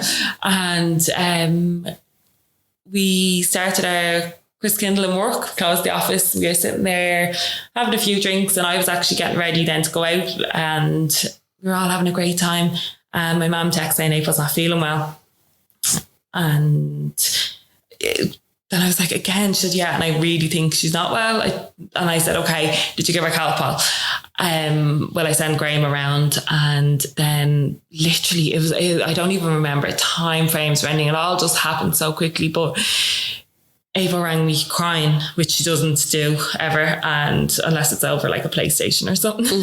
And she was saying I'm not well, and my head is sore. And then my mum started kind of getting panicked, and Ava stopped talking, and Graham arrived at the house, and there was a lot going on, and I'm just sitting there on the phone being like, what do I do? And then my mum saying, we're ringing an ambulance. And I was like, what? And she can't feel the side of her body. She's getting sick. She's unconscious. Her eyes are going back. And then Graham is like, screaming April. And there was a lot going on. I could hear my nana was there. My sisters were there. One of my brothers was there. And I'm sitting in Talbot Street not knowing what to do, and it's so hard to even to think about it. My mum had rang the ambulance, and they said they were going to be a while, but to wait for them, because that's what an ambulance has to say. And I rang the Kilbarrack fire station and asked, how long would they be? And they said, to be honest, it's definitely going to be over an hour. And I was saying, we can't wait that long. So I rang Graham back, and I rang my mum back, and I said, Graham's going to have to drive us over as you sit in the car with her or whatever. And she was saying, no, you can't. They told us to wait. But then she said, actually, no, we do need to go. And then I rang my friend who was a paramedic and said, what would you do? And he said, you are meant to wait for the ambulance. And I said, but what would you do if it was your child? And he said, go. He'll probably kill me for saying this. We won't mention his name. Yes, definitely against medical advice. But they got into the car, my mum, Graham and April, and they started driving. The traffic was mental. It was a Friday evening in December, Christmas parties going on. It was just really bad traffic. They seen a police car, so Graham started flashing the police car down. And they stopped, and they let my mum and April into the police car, and my mum was sitting in the back, and they flew over, they drove down. Oh my God, the sheer panic. Yeah. I was on the phone this whole time, and I was trying to get a taxi. I wasn't understanding. I just was not understanding. My mum had said to me, this is like a stroke. And I was saying, no, my 8-year-old or 7-year-old is not having a stroke. I rang the hospital when they were on the way over, and I said to the receptionist, my daughter's on her way over in a police car, and they think she's having a stroke. I'll be over in a taxi shortly. And the receptionist even said to me, how old is she? And I said 7. And she said, a stroke. And I said, I know, I don't know what to do. And no, obviously I wasn't this calm. I was probably screaming and shouting and crying and slobbering. But they got there anyway. They drove up the wrong side of the road. They were, and Graham was right behind them the whole way. And I pulled up in a taxi. My taxi journey over was a disaster. Your man, I told him when I got into the taxi what was going on. I said, my daughter's gone over to Crumlin. They think she's having a stroke. Can you get me there really quick? He was driving like a snail, and I kept saying, could you hurry up? There wasn't even traffic in front of him in the bus lane, so I was like, could you hurry? And then he started telling me about his Slim and World journey. And I was like, is this fella for real? Started telling me about how much he's lost. And then I tried to just distract him by saying something, and he had a northern accent, and I said, if my partner's dad is from Belfast, and I was trying, what's his name? And then we started getting into all this. I was like, please just get me to the hospital. We pulled up outside the hospital, and I handed him the €50. I still don't think I realised how bad this situation was. So we pulled up outside the hospital. I handed him the money, and he's still trying to yap to me. My mum rips the taxi door open and is like, get in. And your man got a great tip that night. But I ran in, and she had the oxygen on her mouth and the mask. And I was like, she needs oxygen. What's wrong? And then the doctor on call said, ma'am, please start hugging her. This is very serious. She is either having, I think she said, a reaction to an infection, or she's having a stroke. And I didn't know what, I just started hugging her, and, you know, her pajamas, she was in the onesie that I had bought her on the Wednesday, and they were ripping it off her, and they took her off. She's never been taken off that quickly from me. So she was just took off, and I literally walked outside that room, and I was dressed like a lunatic in this sheer see-through black dress and a big pink fur coat, and I just screamed. Like, I was just screaming, and Graham held me, and my mum stood there with like her hand on, I can't remember what was, two of our shoulders or Graham's shoulders, my it was horrible. And everybody was obviously just sitting there looking, being like, what do I do here? Where do I look? And then a little boy beside me got sick. And I was like, okay, he got sick on the ground, I can move now. You know, it gave me a reason to move. But I went and I sat down, and they were bringing her up to CT. So they were doing a CT on her head to see what's anything going on in her head. This part was awful. They told me and Graham to go up, and my mum had to wait downstairs. So we went up to CT. Like, we know this hospital inside out. So we went up to CT, and I actually remember a cleaner being like, are you all right? Why is up here? You know, and we were like, oh, we just have to wait for someone. And we could hear laughing and chattering and everything in the CT room. Like, we were just sitting outside. So we were like, oh, everything must be fine. She must be grand. If they're all laughing. And like, you could still hear the laughter when the door was opening from the CT room. And but the doctor's face was really serious, and I was like, oh my God. I'll never actually forget that, because that was really hurtful in that moment. And I'd never have a bad thing to say about anybody in Temple Street or coming, and nothing. But that was just like, oh my God, that was awful. But she came out and she sat down, and she said, I actually can't remember what she said. She said that there was a large bleed on her brain. But Graham said, does that mean she's brain dead? About something that she said. And she said, possibly. And I'll actually never, ever forget that feeling. I just felt like I'm never going to feel her hug again. All I could think of was the hug that she gave me that morning before I left my mum's house when I was going to work. And I remember hugging her that morning. I got onto the bus, and I usually get the train. I got onto the bus, and I got into work early, and I went over to Penny's, and I was looking for little Christmas things for her. And I was like, why didn't I hug her for longer and get the next bus? All these things were going through my head. It was awful. All I could think of was that I was never going to feel her hug again. And we were in an awful, I can't even explain. It was just awful. And the corridor was dark, and it was nighttime. And the doctor said to us, I'm going to send these CT pictures over to Temple Street. There's a neurosurgeon over there. I want to get his opinion, and I'll be back to you shortly. She said, I'm going to bring her up to ICU and put her on ventilation, and then I'll come in and chat to you. So go up to ICU. So we went up to ICU, and we weren't allowed into her. So when they're getting put on ventilation and everything, you're not allowed to see them. So we went into the family room, and all of our family arrived, our brothers and sisters and mums and dads. And we sat there for what felt like forever. I actually knew my friends were sitting outside in the car. My friends that was meant to go and meet that night for our Christmas night out, they were all sitting outside, and it just went on for so long. We could have been a half an hour, but it felt like about 4 hours. And she came into us, and she said, we're going to move her over to Temple Street. The neurosurgeon over there said he'll try and operate. So that was this massive, beam of light that we didn't have an hour ago. And that took ages. An ambulance took ages to come over. Everything took ages. But they let us go in to see her. They had ventilated her, and they said, do you want to come in and say goodbye to her before she goes? Because obviously there was a chance that she wouldn't make it through that surgery. So we went in, and we brought our mums and dads in. They allowed us, which I actually don't think I realised at the time that was, they would never let you bring anybody in.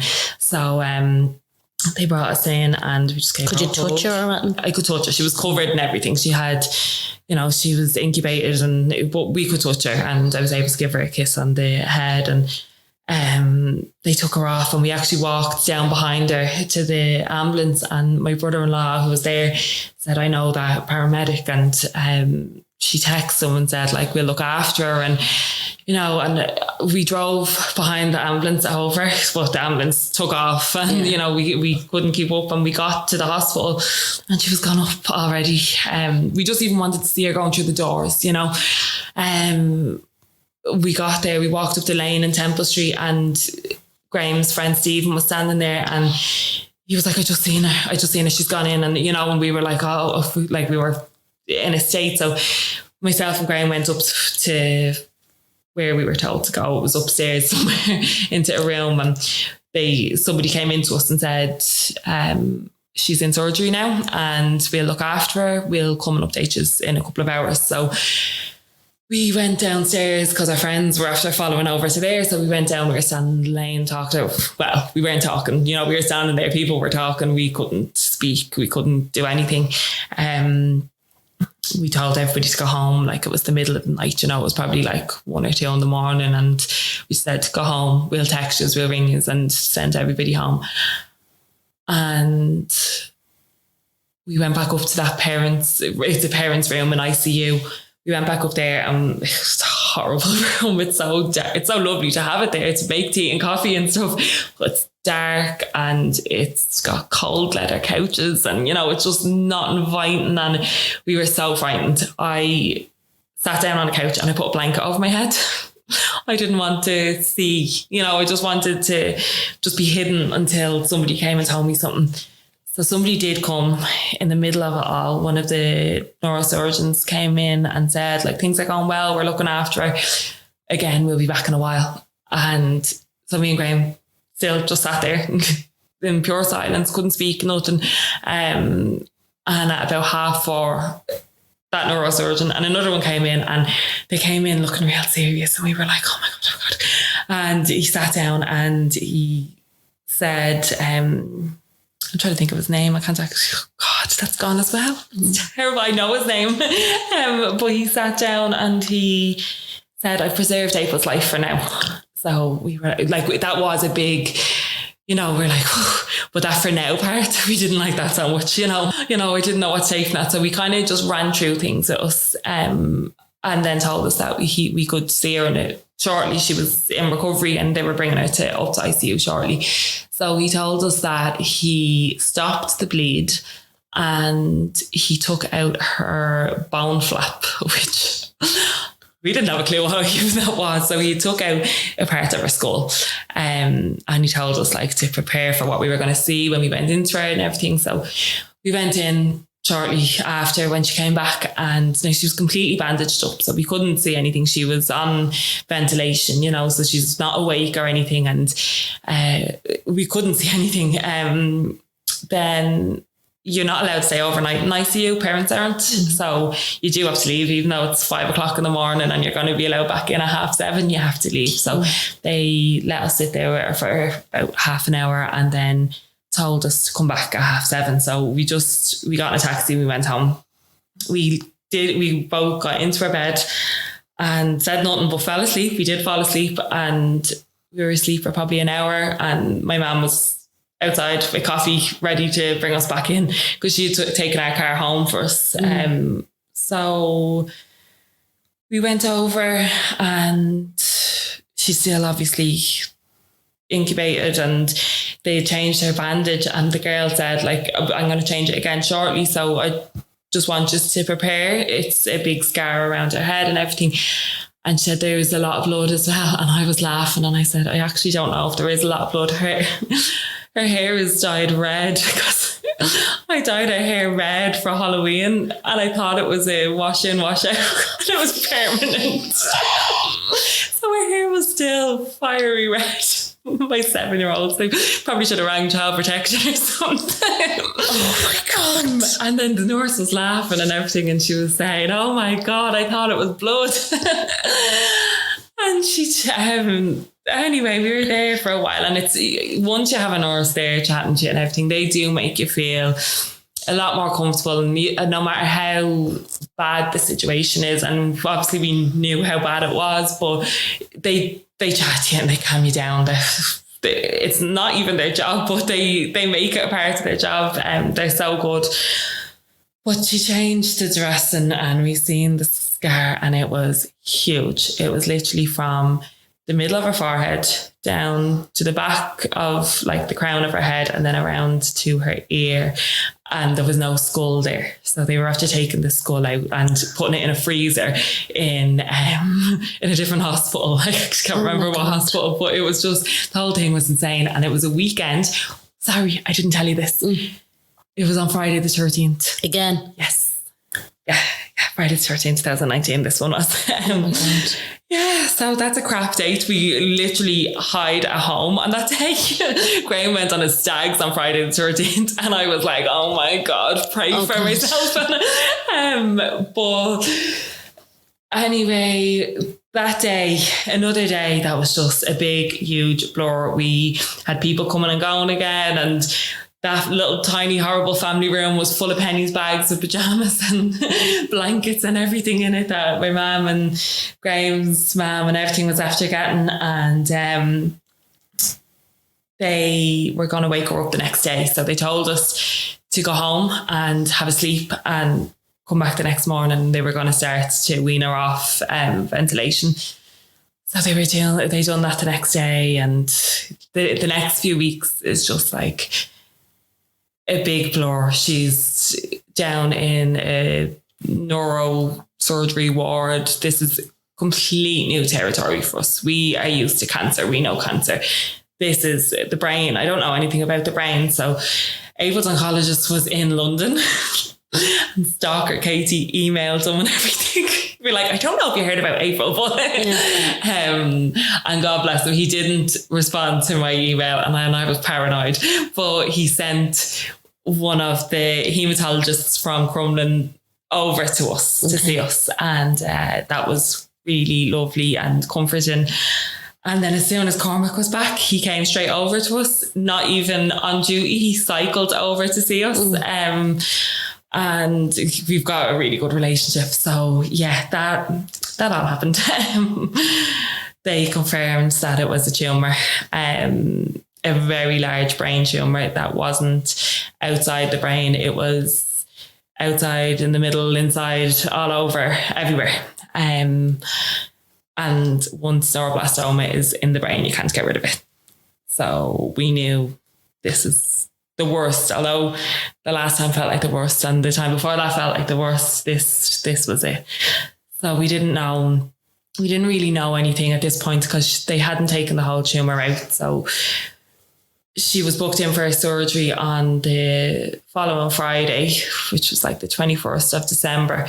And she went up for surgery. I actually walked down to Sky Tours and the girls had a cup of tea ready for me, and she was going to be in there for 8 hours, so we needed to get out and move around. So I went down and I was sitting in there probably about 15 minutes and the theatre in Temple Street was ringing me. I was like, no, answered. And they said we had to stop the surgery. A machine broke during it. Oh my fucking God. Like, we built ourselves up for that so much. And Ava had recovered so well from the previous week and it was awful. So anyway, we went back to the hospital and we had a weekend to wait then for this hopefully new machine to come in. And it was Christmas a couple of days later. Actually, I think it was the 19th. Yeah, it would have been the 19th of December because she was operated on that Monday, the 21st of December. So it was 21st of December. Obviously, Santa's coming in a couple of days and we were going on a walk into town to keep ourselves occupied. We were walking by GameStop and we said, well, we buy her a PlayStation. We think she'll love a PlayStation. We buy her that as a present from us. And we went in and we bought her a PlayStation. But we didn't really think about the fact that she just had a stroke and the left side of her body wasn't working. Yeah. We thought, oh, that will come back. We didn't think anything of that. So we bought her the PlayStation and everything, and we went back and waited for her to come out of theatre, and she came out and she was very sick. Like, she was in ICU and she was on ventilation. Actually, Brian O'Driscoll and Amy Huberman were in ICU. as well. And I'm a big Amy Huberman fan. Like, I adore her. She reminds me of one of my friends from school, and I just love her. So they were in ICU, and all the nurses were like, Brian O'Driscoll's here. And I was like, my child's just out of surgery, I don't care. Then I seen Amy Huberman, the nurse was like, I'm going to call her in here because you like her, don't you? So she called her in. God bless them having to come in that situation, because we were emotional wrecks, and they were like, do you want to get a selfie? Because this is what a question that I had, like, you know, and you see them doing great work, and you see celebrities and sportsmen and women doing great work into, but as the parent, are you just like, it's, yeah, do you know what, I think the charity work and everything they do is amazing, it's great, but you're in ICU, your child has just came out of brain surgery, you know she has terminal cancer, you do not want to see any celebrity, you don't care who it is, you know, you don't want a photo op. The nurse said to me that day when they were gone, I was like, that was so awkward. Like, as much as I'd loved meeting Amy Huberman, not at this moment wasn't the best time, but she said it's all photo ops for all celebrities coming into hospital. It's photo ops. They're so happy to do the work, but they need to be recognised for it. Now, I have met celebrities in the hospital that I never even knew went to the hospital. That they're the ones that don't need the photo op, that don't need anything. That's on Christmas morning, Danny from the script and his sister came around. Every single bed in Temple Street, he gave everybody who liked the script a ticket to this concert, that march. He sat down, he chatted to everybody, he asked what was wrong, and he wished us all a happy Christmas. He actually told us about his troubles because his mum had passed away recently, and there was no cameraman with him. There was, you know, his sister wasn't standing there taking pictures. They were there for the chats, but he wasn't there for himself. He was there for everyone else. You know, that was one of the nicest things I think I experienced that Christmas Day. There were so many lovely things that Christmas Day, actually. What is Christmas Day like in the hospital? But is April even awake? So April only came off the ventilation on Christmas Eve, and she was moved back down to her surgical ward on Christmas Eve. She was so fragile. They were after removing obviously a tumour from her brain. She was so fragile. She could barely open her eyes. Her eyes were black and swollen. Her face was, you know, everything was swollen and sore, and she was on massive doses of morphine and steroids and everything. So we had a Christmas tree beside her bed. She was in a room with 4 other beds, and we had a Christmas tree. We had Christmas lights. We had cards everywhere.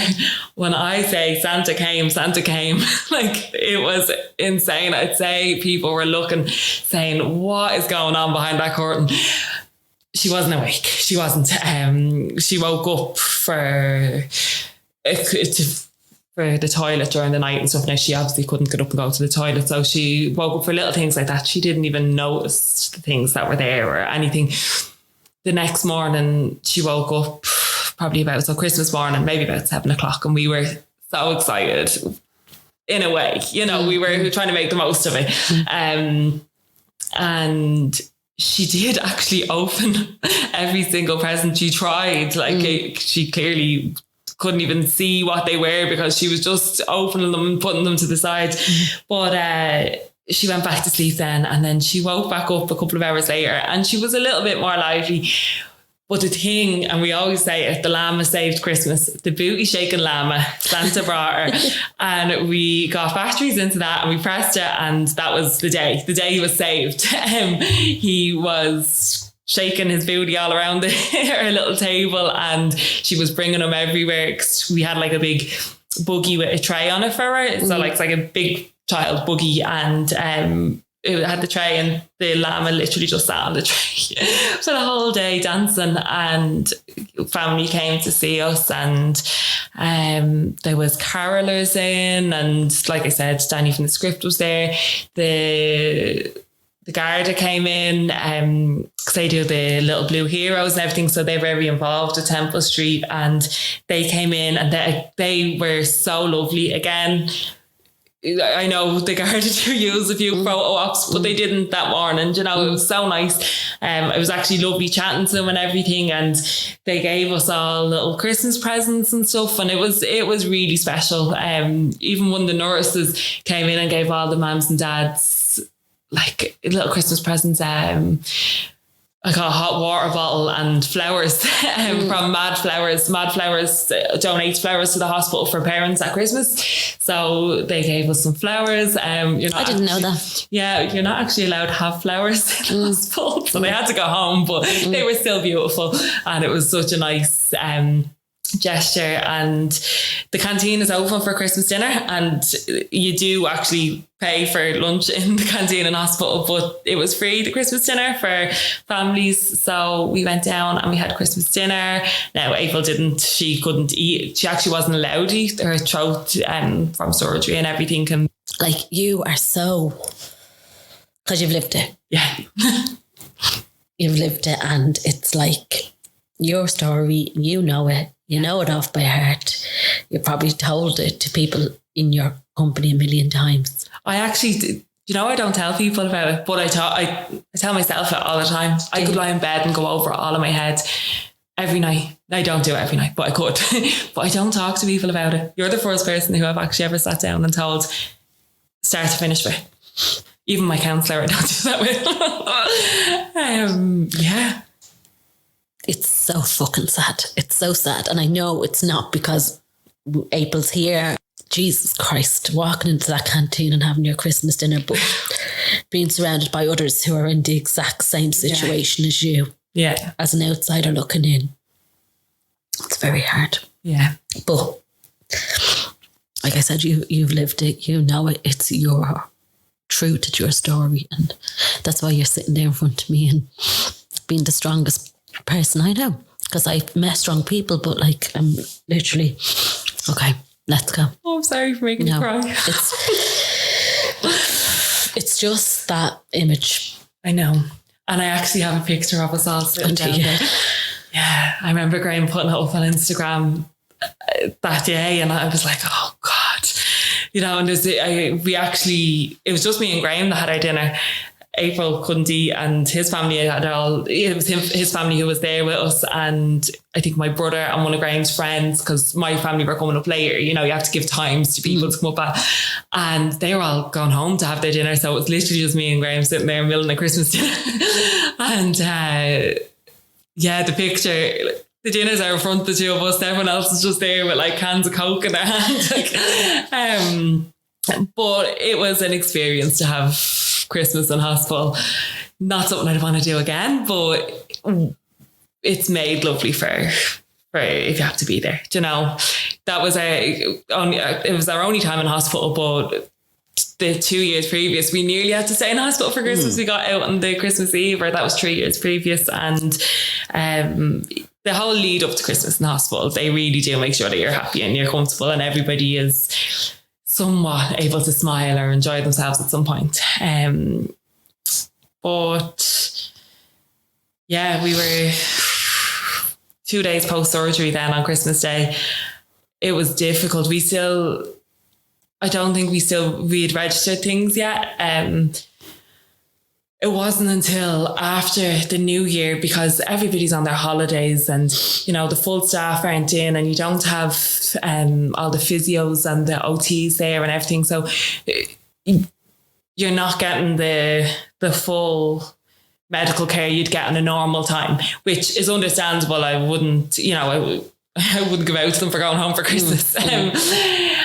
But when everybody came back, I think it was like the 3rd of January, then we kind of started realizing that this is kind of our life now. Like April's life has changed dramatically. She doesn't have the use of her right arm or leg, and she's not going to.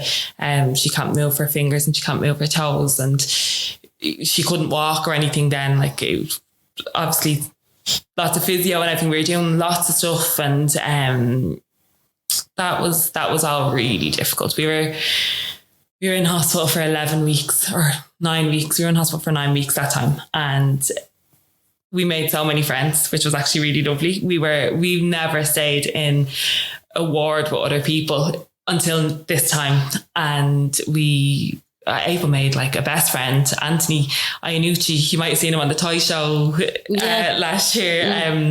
Anthony was in the bed beside us. And I remember the night that you came in and the screaming and the shouting and the cursing. And I was like, oh my God. And then April started talking and then he heard her screaming and shouting and cursing. I was like, oh no, these two are going to be a disaster together. And they were hilarious. And his mum, me and even Graham, like we were just it was just actually really nice. We all got on so well, the nurses and everything. Everybody on that ward was a sweetheart, and we couldn't have gotten through it so well without them all. Like to be as friends, like I don't mean even medically, I mean just to have them to chat to the play therapist. Like she's like my best friend. I love her. She's going to be listening to this. She's going to be like, Katie, you are so weird. But yeah, April spent the 9 weeks doing lots of physio. We were trying to see what we can do next. So sorry, I was trying to avoid saying again to this part. So it was prolonging everything. April's oncologist and her clinical nurse specialist were coming over and seeing us randomly. They came over to see us on Christmas Eve to say Happy Christmas. Not talk medical stuff, nothing. They literally came over. They drove over themselves. One of them lives in Carlow, and they just came over to say Happy Christmas and to give us a hug. And so we that's so, I don't know, magical. I don't know what. Some people are so good. So good. Like they have their own kids to go home to. You know, they finished work and they came to a different hospital, the other side of the city, at Christmas, on Christmas Eve, to see us. Like it was just, I started crying and everything. They are so lovely. April's oncologist was laughing and he was saying, I'm just trying to avoid going home to the in-laws. But I was like, you're just being really nice, and came over to say Happy Christmas. But we had to have the chat then after Christmas. So it was what's ahead of us. So at this point, April is 100% terminally ill. What can we do to make life easier or better for whatever? So her oncologist brought us into the tiniest little coffee room, because the only thing, every room in Temple Street is really, really tiny. So it was like a little laneway room.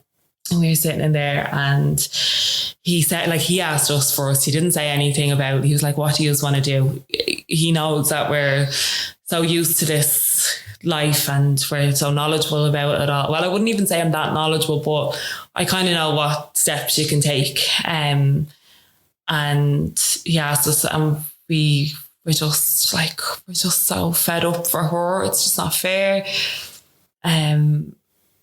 All of her independence is now gone. You know, everything has changed. Everything is different now. What do you think we should do? What can we do? And if we do it, are we doing her any favours? Like, should we just do nothing instead?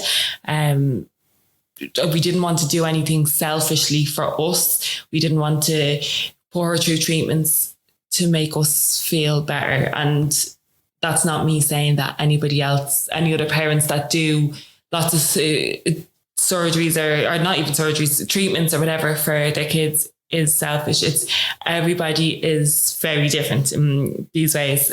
At this point, April had been through so much, so much.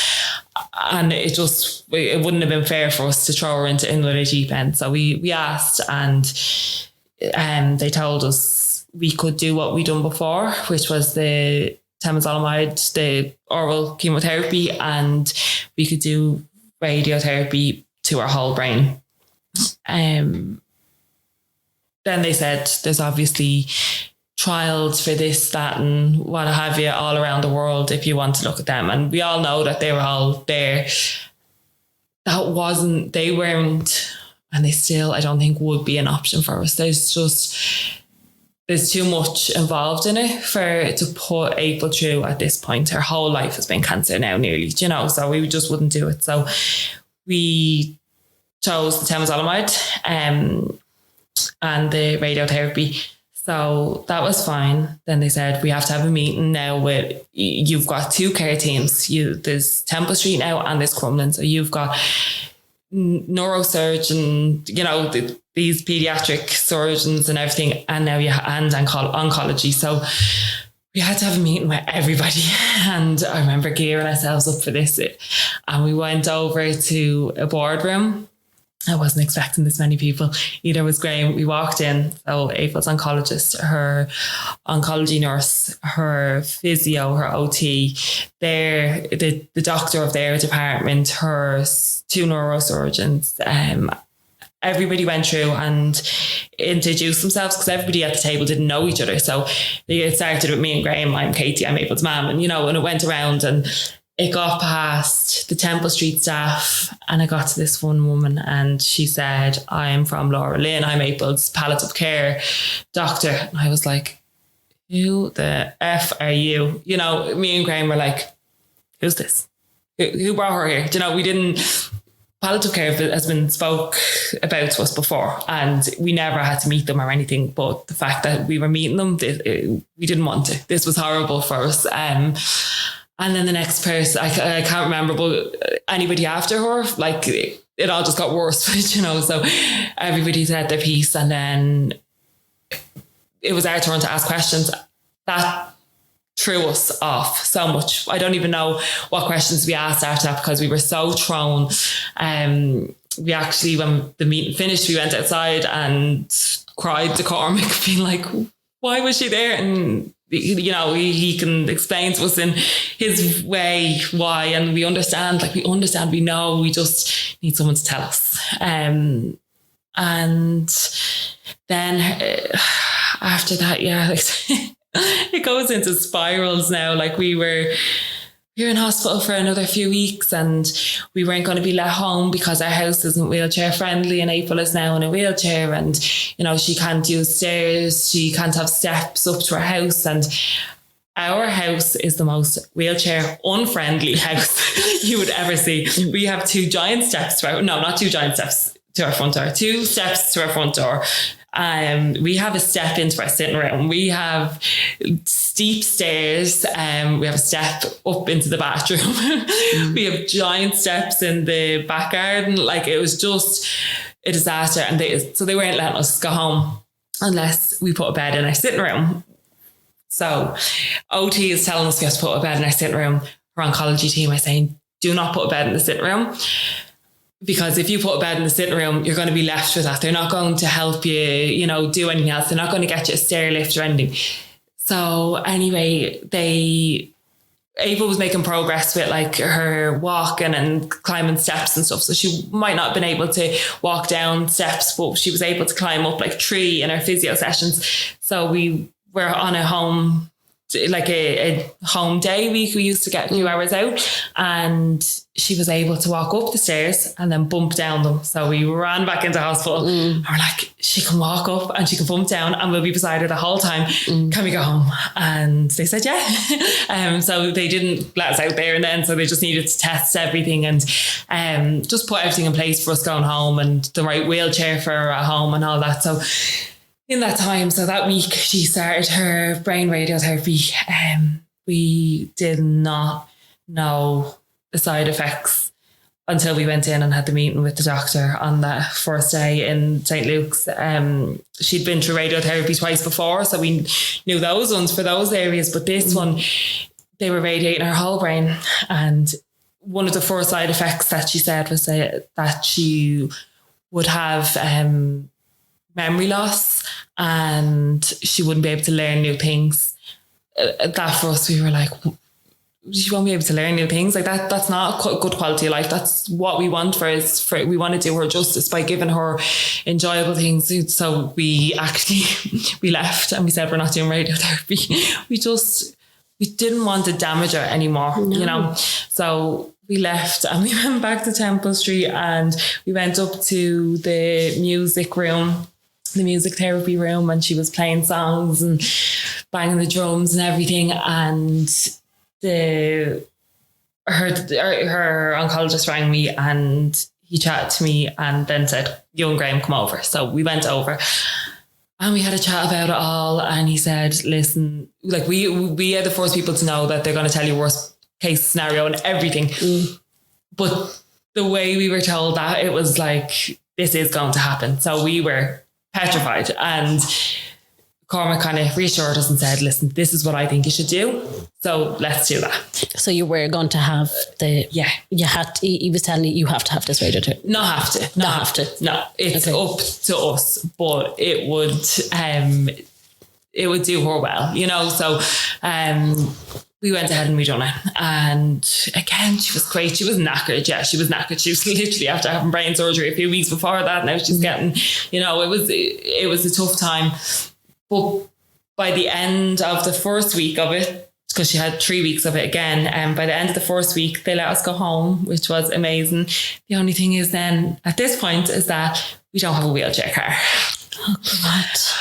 We don't have a wheelchair car, but the wheelchair she had at the time could fold. So it did fit in our boot, but we weren't allowed to drive with her out of the wheelchair. So for her safety, she had to be sitting in a wheelchair and in a wheelchair car. So Avion's Pink Tie, I'm sure you've heard of that charity before, they organised a taxi every day to bring us to and from St. Luke's with her in the wheelchair.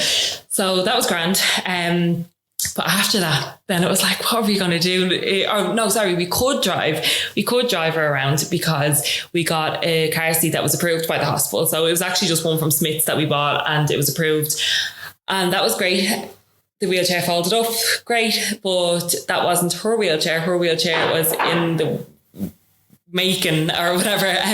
So her wheelchair arrived at the beginning of COVID, and because she doesn't have any power in her left arm, she needed a right hand drive, which means the wheelchair doesn't fold. So in the end, we broke the boot on the car in order to fit the wheelchair into the car. But traveling is a disaster. It is a disaster. The car is not comfortable for any of us. We could have a wheel sitting beside us at one point because we have to take parts of it off to fit it in. And anyway, we get by. But life was very different. We then got a stair lift put in because walking up and down the stairs, although April can do it, now she's also a child that's on chemotherapy and that needs, you know, she needs support for things.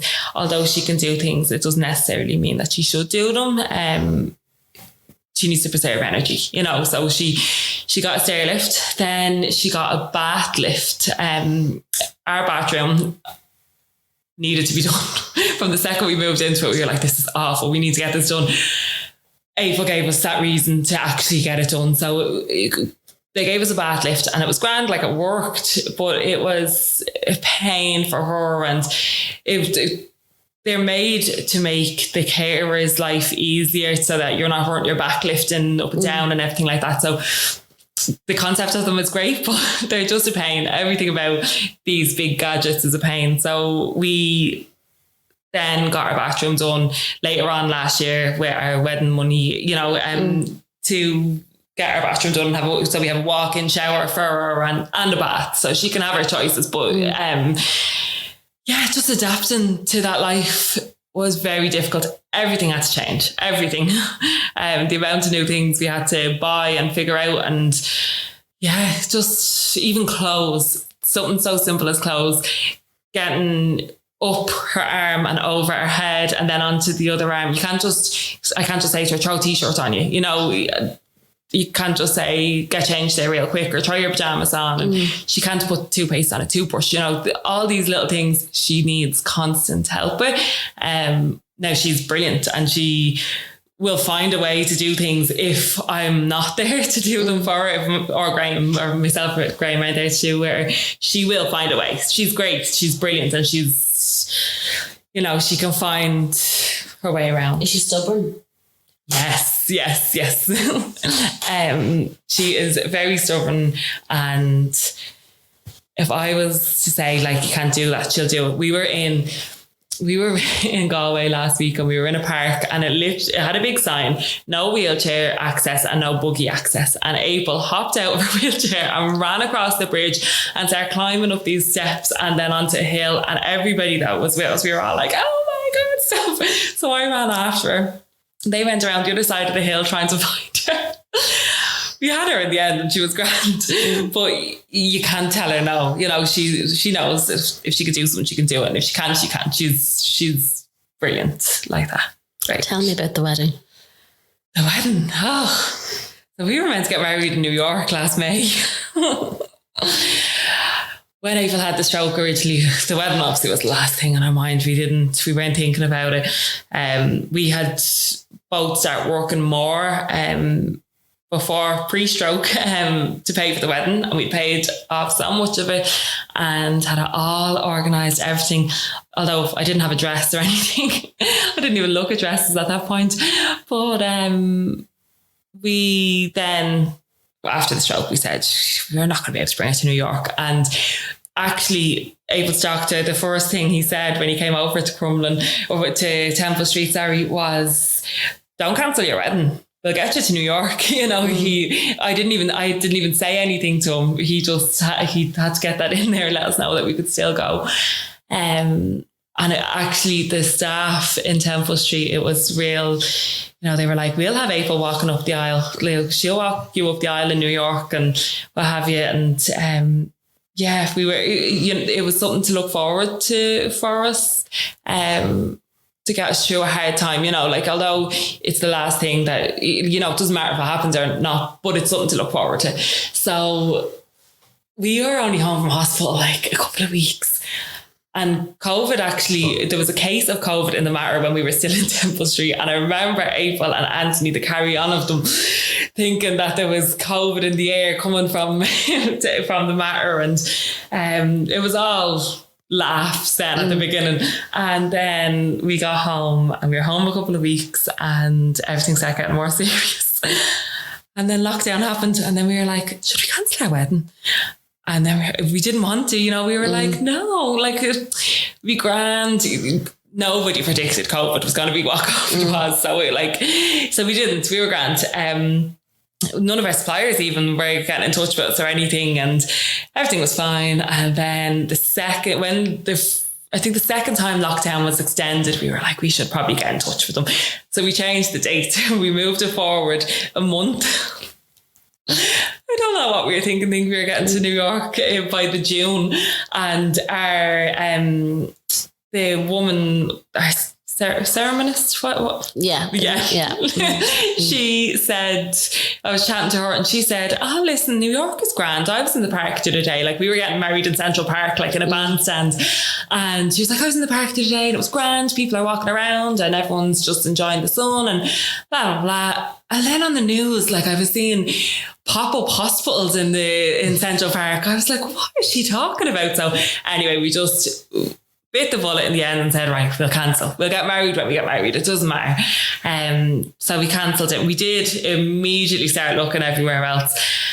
We obviously lost money on our New York wedding. So we were like, we're on a budget. We emailing all these places and wow, Irish weddings are so expensive. We hadn't looked at an Irish wedding before booking New York. We didn't go and view anywhere or anything. So we didn't actually realise how expensive they were. And then we came across the station house on Google, just came across it and we said, we'll go and look at that place. So we'd been emailing them for a while and the girl had been sending me like a virtual tour of the place because we were still in lockdown and we didn't even know what dates we were going for. We were just looking at places. So when you were allowed to leave your county at that point, we said, right, we'll go down to Meath and we'll look at there. So we've organised with the girl and we went down, and before we even drove in, we got to the gates and like it looked beautiful in front of us. But the song that Graham proposed to me, like the song that was playing when Graham proposed to me was playing on the radio in the car. So you're like, this is it. Before we even got in, this is it. So anyway, we went in, we fell in love with the place. It was absolutely amazing and we could afford it and everything was great. So the lead up. So we booked it 6 weeks before the wedding is when we booked it. And my dress didn't fit me. I was my COVID weight was like way over what it should have been. Everything was just a bit like, oh God. And then in the middle of, it was actually, do you know, funny enough, it was this day last year, Leo Varadkar said that weddings couldn't go ahead at the 45 people capacity until maybe a date in August. So he had extended whatever restrictions were in place for another 3 weeks. And we were like, feck. We actually were having our menu tasting that night in the hotel. And I rang and I cancelled and I cried, and Tracy Lally knocked on the door to do my trial makeup I was going to wear down for my menu tasting. I sent her home because I was standing at the door bawling. And then I went upstairs and I said to Graham, come on, we just go for the menu tasting. At the end of the day, we're going to get married, you know, come on, let's go. So we went, and I rang them and I was like, we're actually on the M50. We'll be there in 45 minutes. Put our table back in. And it was... I'm going to say an anxious few weeks. It wasn't that bad. We're just like, whatever happens, happens. If we have to reschedule again, we'll have to reschedule. Like, come here, there's nothing you can do this day and age. It came to it and it was amazing. It was just like, we didn't really need to do much planning. Everything was there. We had bought loads of little bits for New York, like just like little props and stuff. So we had like a little box of props and things that we were going to bring to New York, and off we went down, and it was just perfect. Like, yeah, the morning of it, I was very stressed out. It was lashing rain, but it stopped at about 12 o'clock and it was 27 degrees. So then I was sweating. I had no makeup left on my face. But we had 45 people there, and so it was allowed 50 people, including staff. So there was 5 staff and 45 of us, and it was just perfect. We had to obviously chop and change our numbers. That was the most difficult part. We spread it over 2 days. So we had 45 the first day, 45 the second day. So the first day was just our family, and like we got to have like I think we got 2 best friends each. And the second day was all of our friends, just a party. We were just having like, you know, barbecue, and we cut the cake with them as well and that sort of thing. But yeah, it was amazing. And Ava wore a dress, which she doesn't do. So yeah, it only lasted until about 5 o'clock, and then she put on pajamas. But she had a great day, and yeah, I wouldn't change any of it. I don't even care that we didn't get married in New York anymore. So tell me, Katie, before I let you go, where does April stand today? So when April had the stroke, she was given 3 years. Now, she was given 3 years on her first relapse as well. But the chemo that she was taking now is prolonging her life. There is still cancer in her head. A very small bit, but she's terminally ill, and we were given 3 years then. So how long is a piece of string? You just don't know. Carpe diem, as they say, seize the day. Like you don't know. I'm very much a get up and enjoy yourself. Now come here. We lie in bed most days these days. But just be grateful for things and enjoy your life. That's just my way of kind of seeing things. Because we don't know. We don't know when it will happen, how it will happen, why it will happen. You know, you just don't know. So, yeah, each day as it comes, minute by minute, nearly. Making memories. Yes, making memories and enjoying ourselves. And it really is the little things, like a kiss on the cheek and a movie on the couch, you know, it really is. And that's what we live for these days. Katie. And she's a happy child. Yes, she's a very happy child. She is. You can see that through your Instagram, you know. Usually I'd finish with some words, and I actually just don't have had to say to you. I just wish, I wish life was different. I know.